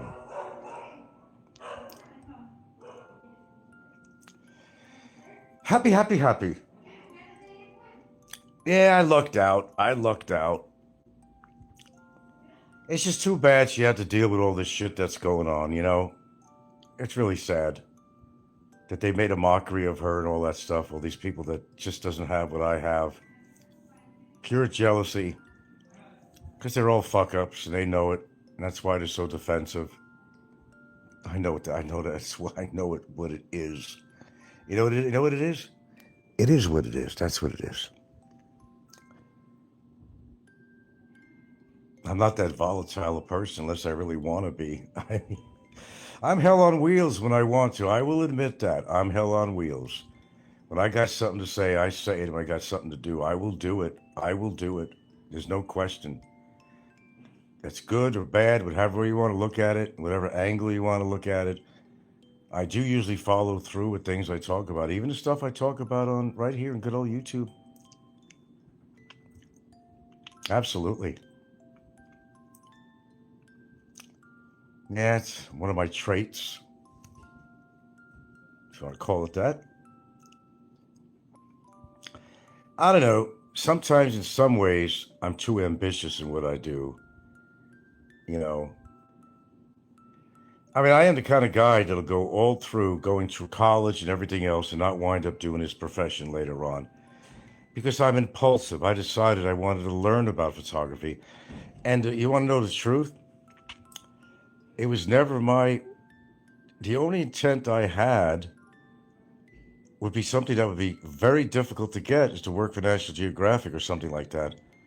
I didn't want any other commercial jobs in New York City. I enjoyed doing photography for myself.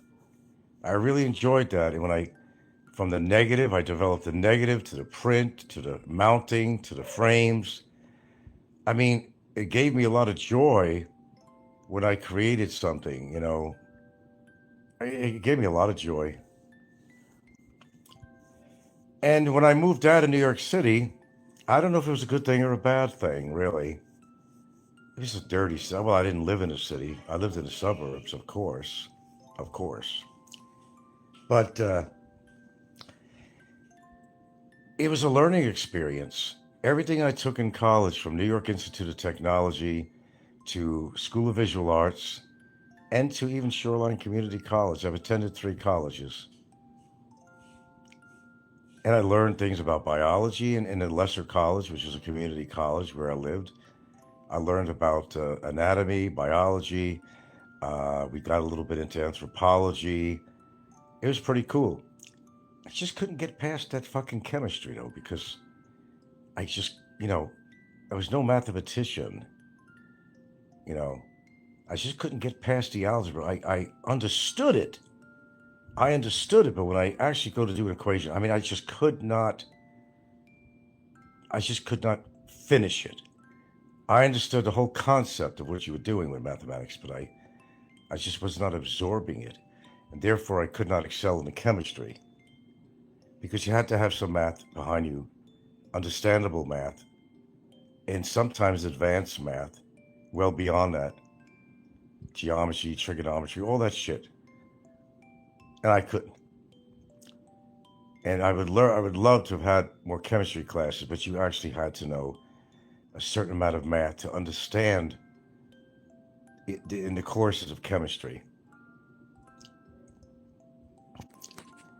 Yeah, that didn't work for me, but I don't have any regrets about that at all.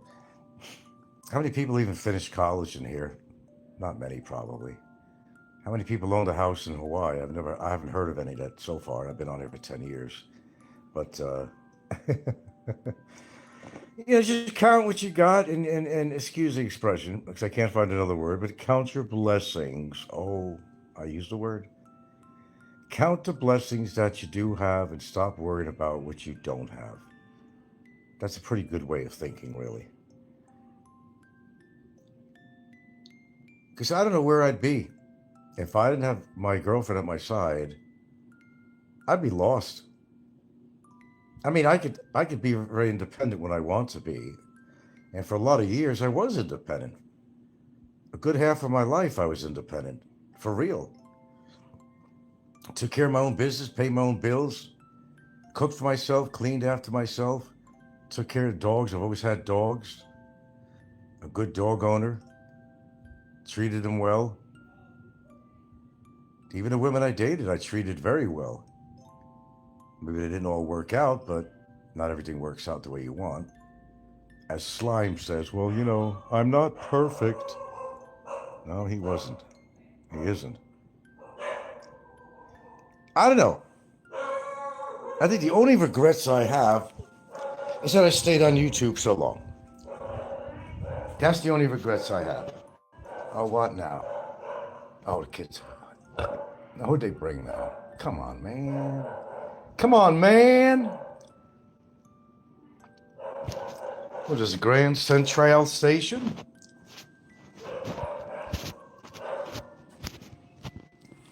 Damn, brothers. Let me ask you something. For those who are willing to say anything, we don't got too many people at this hour of the day on here. What do you like about my show? If you like anything, what do you like about my show? Oh, I know who that is, yeah. She's almost like a family member, this lady. What is it you like about my show? Be honest. My honesty, my sense of humor, my singing, my directness. If you had to come up with something, what would you say? Hello? What's going on? What am I missing? Nothing. Dali, yeah. Just visiting. Oh, I okay. don't see you for a long time. How are you? No, you did not come here a long time. Very busy. Sige.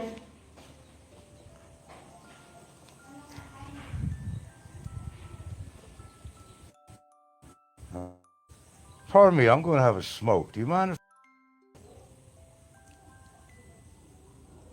I'm not going to lie to you and say that I quit. Do you mind if I have a smoke? You want to hear the click of my Vic? Is that all right? There you go. Smooth. What now? You got more church? Isn't all the events over with now? No? You got a regular mass. You got a regular mass. You see a doctor about that. Where is the mass? Oh, all right, that was crude. That was crude. It was funny, though. It was funny. And if you got a mass, you know, you better take care of that. Could be cancerous. It's stuff like that. Gingerbread. Oh, gingerbread.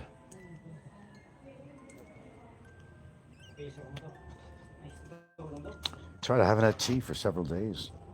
I'm testing something.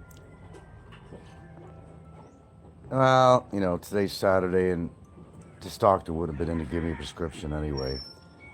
As I said, I'm very reluctant. I'll wait till I have to wait. I'm not like I have blood in my urine or any shit like that. I don't have proteins in my urine or any crap like that. That's pretty good. It means my kidneys are in good shape. It's just might be other mechanical things going on, like an infection. Could be a residual stone in my bladder that's causing sensitivity and irritation. It makes me want to pee like a fucking racehorse, motherfuckers. But no, I'm not dribbling. Thank you. It's a 3-part process. God, I hate this, but this is what investigation is. You can't just listen to a doctor. Oh, it's probably... No, doctor. I'm going to do some of my own research. I'll tell you what, I'll get back to you on this. You know? You know how many times I proved doctors wrong?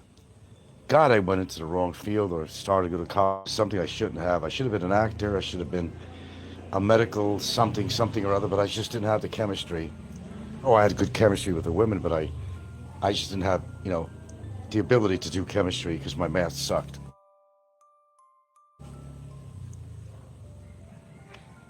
You still didn't answer my question. I mean, you're listening. You must like something about my show. Come on, admit it. I'm the GOAT. I'm the GOAT. I am the GOAT. What if I wasn't here? I know. Look, as Barry says. Look. I was gone for 3 months. It was a travesty. People were freaking out. He really did get off. I wonder what really happened. Is he all right? I bet he died. Or I bet he's in jail. Or I bet he got arrested or deported. Oh, I heard it all. I heard all of it. I was a fly on the wall the whole time. Yep, I was a fly on the wall. And I love being a fly on the wall. I think things are a lot better that way. So it's kind of a thing. Well, Frank, make up your mind. You want to fucking stay on YouTube? Stay fucking on YouTube. Or get the fuck out of here. That's okay. And although some people say Frank should get himself off YouTube, they don't want me to get off YouTube. Who would they be listening to? People like Scotty? Or Sick Licky? Come on. Better things to listen to than that shit out there. Unless you're that desperate for something to listen to, has your life come to that? Jesus, Christmas, Joseph and Mary. Get a clue. What are you, new? I'm just to lay here in my love bed. Make sweet, sweet love. Love is a many splendor things. And it is. Try it sometime, if you can. Not everybody has my capacity to be so romantic and loving and caring. And it's a trait. I don't know. I can't help it. God gave me that gift. Thank you, God. God spelled backwards is D-O-G, dog. I think they made a mistake on that. Nah, we're just fucking around. I respect everybody who deserves respect. I respect your beliefs, even if it isn't mine. And that's the truth, really. But, when somebody pushes their beliefs on you, that's a whole nother story. Get out of here, Go away. Go away. It's not your way to highway. That's not the way it works. That's my philosophy. I had it my way. And that's the only way it should be, my way. Not the highway. I don't force anybody to have my beliefs. No, because they're mine, all mine. All right, do you guys have anything intelligent to say so I'm not just giving a sermon here? It does get boring after a while. Guys, I'm telling you, I'm one click away from getting off YouTube right now, this second. Would you really want that? Or it'll go crazy. Oh, I know, because, they had no fucking clue what was going on, and they needed to find out. Somebody, send a scout out to his house and find out what's going on. Do you know how many people would be hitting on my girlfriend if I croaked? Nah, not really, because they want somebody that's like 14 years old, I'm afraid she don't qualify for that. Hardly. No. Although, some people would try. They want to sample whatever Frank had, see how good it was. I don't think that ever happened. I trust you, it ain't gonna happen. All right, with that being said, boys and girls, it's been fun. We've been on here an hour. We sure do a lot of shows on here. It's kind of like you got to get it all out sometimes, Regurgitate a few syllables every now and again. Sometimes you have to, you really do. And sometimes it's very medicinal to do that. Get it all out, don't hold it in, you get a fucking ulcer. You get agita, You want agita? Italian word, okay? Nah, you don't want agita. Have a stomach ache or heartburn. Feel very uncomfortable, just you're holding everything inside. Sometimes you gotta come clean, admit who you are. Admit who you're all about, you feel better about it. The truth shall set you free, but it may send people elsewhere. Okay, it's been real. Ladies and gentlemen, I have an announcement to make. Now, unless something spectacular happens, spectacular now, that I would need to come on and make an announcement, I'm afraid I'm going to be gone for a while. Yeah, I've been thinking about this. I've been thinking about you. I've been thinking about you. And I have. I always think about my viewers, my loyal viewers. They're all trolls, but I do think about you now and then. I wouldn't have a show if the trolls weren't on here. I got to thank the trolls. And I got to thank people to keep the word out. Talk about me. Please do shows about me. Make me a legend. I think I already am. How could you be a legend? You don't even have 100,000 fucking subscribers. I don't have shit. I don't even have 300 on this new show, but yet they come. Oh, they say this and say that about me, but they're always coming to my show and listening to what I have to say and sharing it all the way around. I must be significant.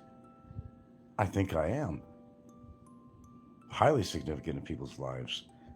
But like I always say, you too can have a life.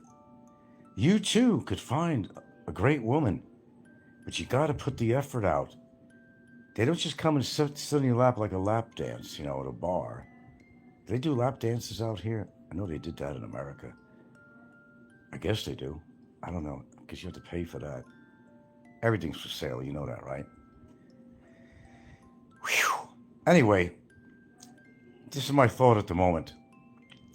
God, always things come to my mind about Trump and something that happens on YouTube, and that's what kind of, takes me away from my promise of getting off the fucking tube here, man. Something comes up and I gotta say something about it. Frank, stop. It is infectious on here. Come on, you know it is. It's addictive, like drinking and smoking and poking. It's addictive because there's so much entertainment on here. So many lame stories you could sit back and listen to and have a good laugh with your partner, especially when they're talking about me and all these things I supposedly did. I almost have a doppelganger out there because I never did any of these things. There must be another me walking, a mini me or something, walking around out there. There ain't no ghost in this house. What show did that come from? Was it Little Rascals or was it Ghostbusters? I don't know what it was from. It's a Gilligan thing, I got this filling in here. If I turn my head a certain way, I'm getting radio frequency signals. It goes from one thought to the other. See? No, you can't see, I'm not on camera. Turn my head a different way. Pick up different signals. Johnny boy, the Philippines are calling, don't see. You listen to me every day. You're out there to listen to me. Concentrate on your wife, your lovely woman, and spend some time with her. The pipes are calling, Donnie C. And it ain't all about me. Pay attention to your wife. But I'm glad you kind of turned on to me, brother. I get no kick out of champagne. I don't get no kick out of you being turned on to me, brother. I get no kick out of champagne. I get no kick out of you, Donnie. I don't go that way.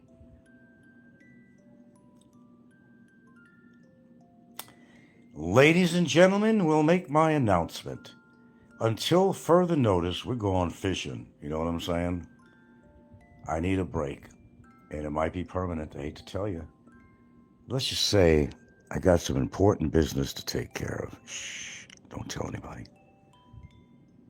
It's just between you and me. Sometimes a man's got to concentrate on certain things, you know what I'm saying? Don't worry. I'll be listening in here and there. I'll know if Barry gets out of jail. I don't have to do a show about it when he does. He's got to get out eventually. I mean, he's going to eventually get out, I think. I don't know. They could keep him in there as long as they want. I wouldn't care. I only got one thing last to say to you, Barry. Fuck you. Fuck you. I fucked you over and you deserved every fucking bit of it. You piece of fucking shit. Die in that cell, motherfucker. There you go. Die, motherfucker. Die. For all I care. Get syphilis, get gonorrhea, whatever. Get beat up. Because you're a scumbag. Oh, Barry, you know I'm just kidding. I don't want you to die. We need more entertainment when you come back to America. You'll make some money. For a little bit at first, but once you get out of jail, once you're in America, you know, you got to get out of jail there for child support and everything else and bench warrants and all that. We know you'll be back on. Everybody's looking forward to it. I'll be listening. I'll be your number one fanboy. How's that? I'll be your fanboy. Would you like that? I really, man, I got to go. People, I love you. Truly I do. You gave me so many days and hours of entertainment, I didn't know what to do. I put my life on hold. Yeah, I became very bold. But I owe that all to you. Love you guys. No, I don't. No, I don't. Do you mind if I go on with my life? Thank you. And believe me, listen, any news, I'll know it before you do. Trust me. Never mind flashing documents. Maybe I'll be the one flashing a couple of documents. Shh, don't tell anybody. Anyway, this is a special show I'm putting on right now. This is crazy. This is absolutely crazy. Forget about the bullshit on YouTube. This is fucking crazy what's going on with Donald Trump and his Gestapo. Innocent people pulled out of their homes. Racism, targeting, attacking innocent people. Even U.S. veterans are being attacked in the street. It's anarchy with Trump's goons. It's going to be a civil war going on here in our own country. Every time I turn on the fucking news, I regret. I find myself in total awe trying to believe what I am seeing and how the fuck this shit is happening. How could you be proud to wear a MAGA fucking hat? This is super fucking crazy. I am besides myself here, what I'm witnessing in the news. Innocent people being pulled out of their homes. A school-age kid arrested. A guy on a fucking motor scooter doing deliveries gets arrested. A veteran gets arrested. They don't want to identify their badge numbers, nothing. They're lining the streets, and this is going on all over the country, even San Diego, all the way across the country. Why is it that they can't get Trump out of office? What are they afraid of? Where's that fucking sniper when you fucking need him? Oh, I'm livid about this. I can't believe what's going on in front of our eyes. How they're getting away with this. And how these people, although I know it's their job, they want to get paid. Maybe they're getting big bonuses to do this. Money always has to do with something, but I can't believe what I am witnessing.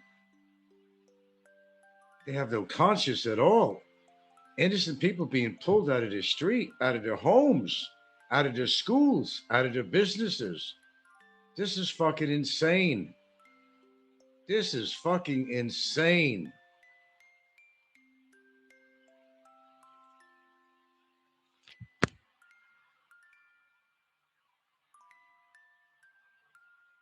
I'm never at a lack of words, but what I'm witnessing, there's just too many words, really, to help try to define, you know, what's going on.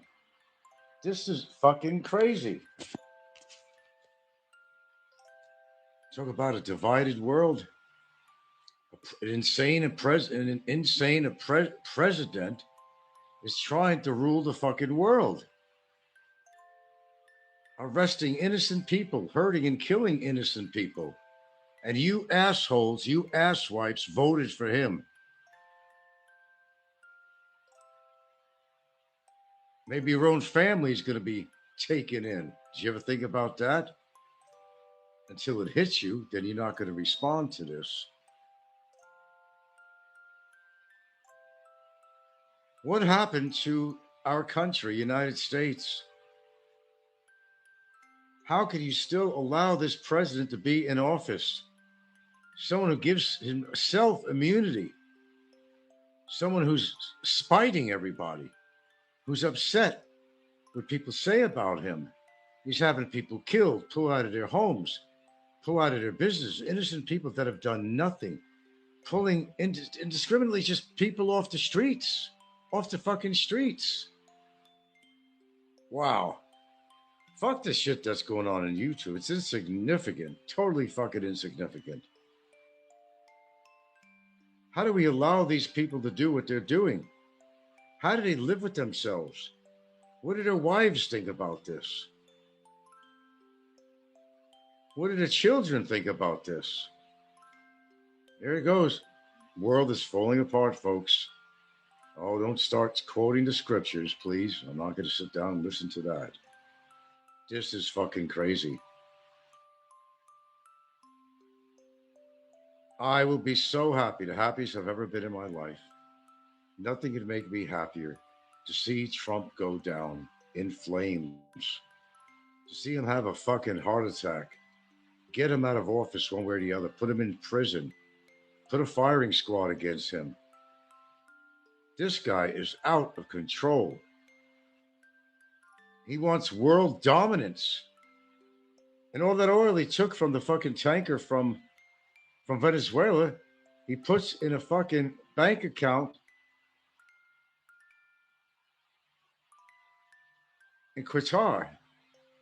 Billions of dollars, selling it to other countries. I'm really shocked that nobody did a repeat performance of what they tried to do with him a couple of times. I'm absolutely shocked. Look, I do not encourage violence, people. I don't advocate violence at all. There comes a time when, I don't know. Don't even let me say what I really want to say, but I think you get my point. This guy is out of control, man. I'm not even in the United States, and it's really affecting me here because these innocent people, they're not doing anything. Peaceful protests, and even people that are not protesting, they're just picking people indiscriminately. Oh, maybe you got dark skin. Maybe you're an illegal immigrant. Even if they were, they got rights. School kids, parent of a school kid at school, went to pick up his daughter in a grade school, up to grade 11, I believe that school was. I think this was in San Diego. The kid's freaking out to know what's going on. When's he going to be picked up? You know how a child is. Where's my daddy? He's supposed to pick me up. Man, this is fucking insane. I hope something happens, and I hope it happens soon. But don't expect anything good from the Vice President, Vance. Don't expect any good. He's at odds, actually, with Trump. He wants that position. He wants that power. And he's no better than Trump. Be careful what you wish for, folks. You just might get it. You voted him into office. Good luck with that. It's finally happening. We're going to go to war one way or the other. I hope a missile fucking lands on Trump's fucking head with his name on it. With his name on it. Wow. I can't help but say, but wow, I have a lot to say that I'd like to say, but I just can't. This guy needs to be in prison in front of a fucking firing squad. But he's got the whole government in his fucking pocket. How do you fight against that? Threatening their jobs and livelihood and security. This is the kind of stuff that goes back to the Hitler regime. This is the Gestapo, American Gestapo, feds, all afraid of Trump. Why am I even talking to you guys? It's worthless. A lot of you people would know better than fucking Trump. You voted for him. I'm just voicing out, that's all. Not a praying man, but if I was, I'd be on my knees, and you know exactly what I'd be praying for. It'll happen, though. It'll happen. I'm confident it will. Innocent people pulled out of their homes. Anybody on the street that can't even feel safe anymore in the streets because you think the Gestapo is going to fucking arrest them or something. Kids are afraid to go to school. Parents are afraid to send them to school. They're after kids, students, underage, their fathers and mothers who are not protesting, going in their homes, dragging people out of their fucking homes in front of their children. You assholes who have voted for Trump. It's all right. You'll all get yours too. And you know who you are. And Ricky, keep up your shit, brother. You're doing a wonderful job, by the way.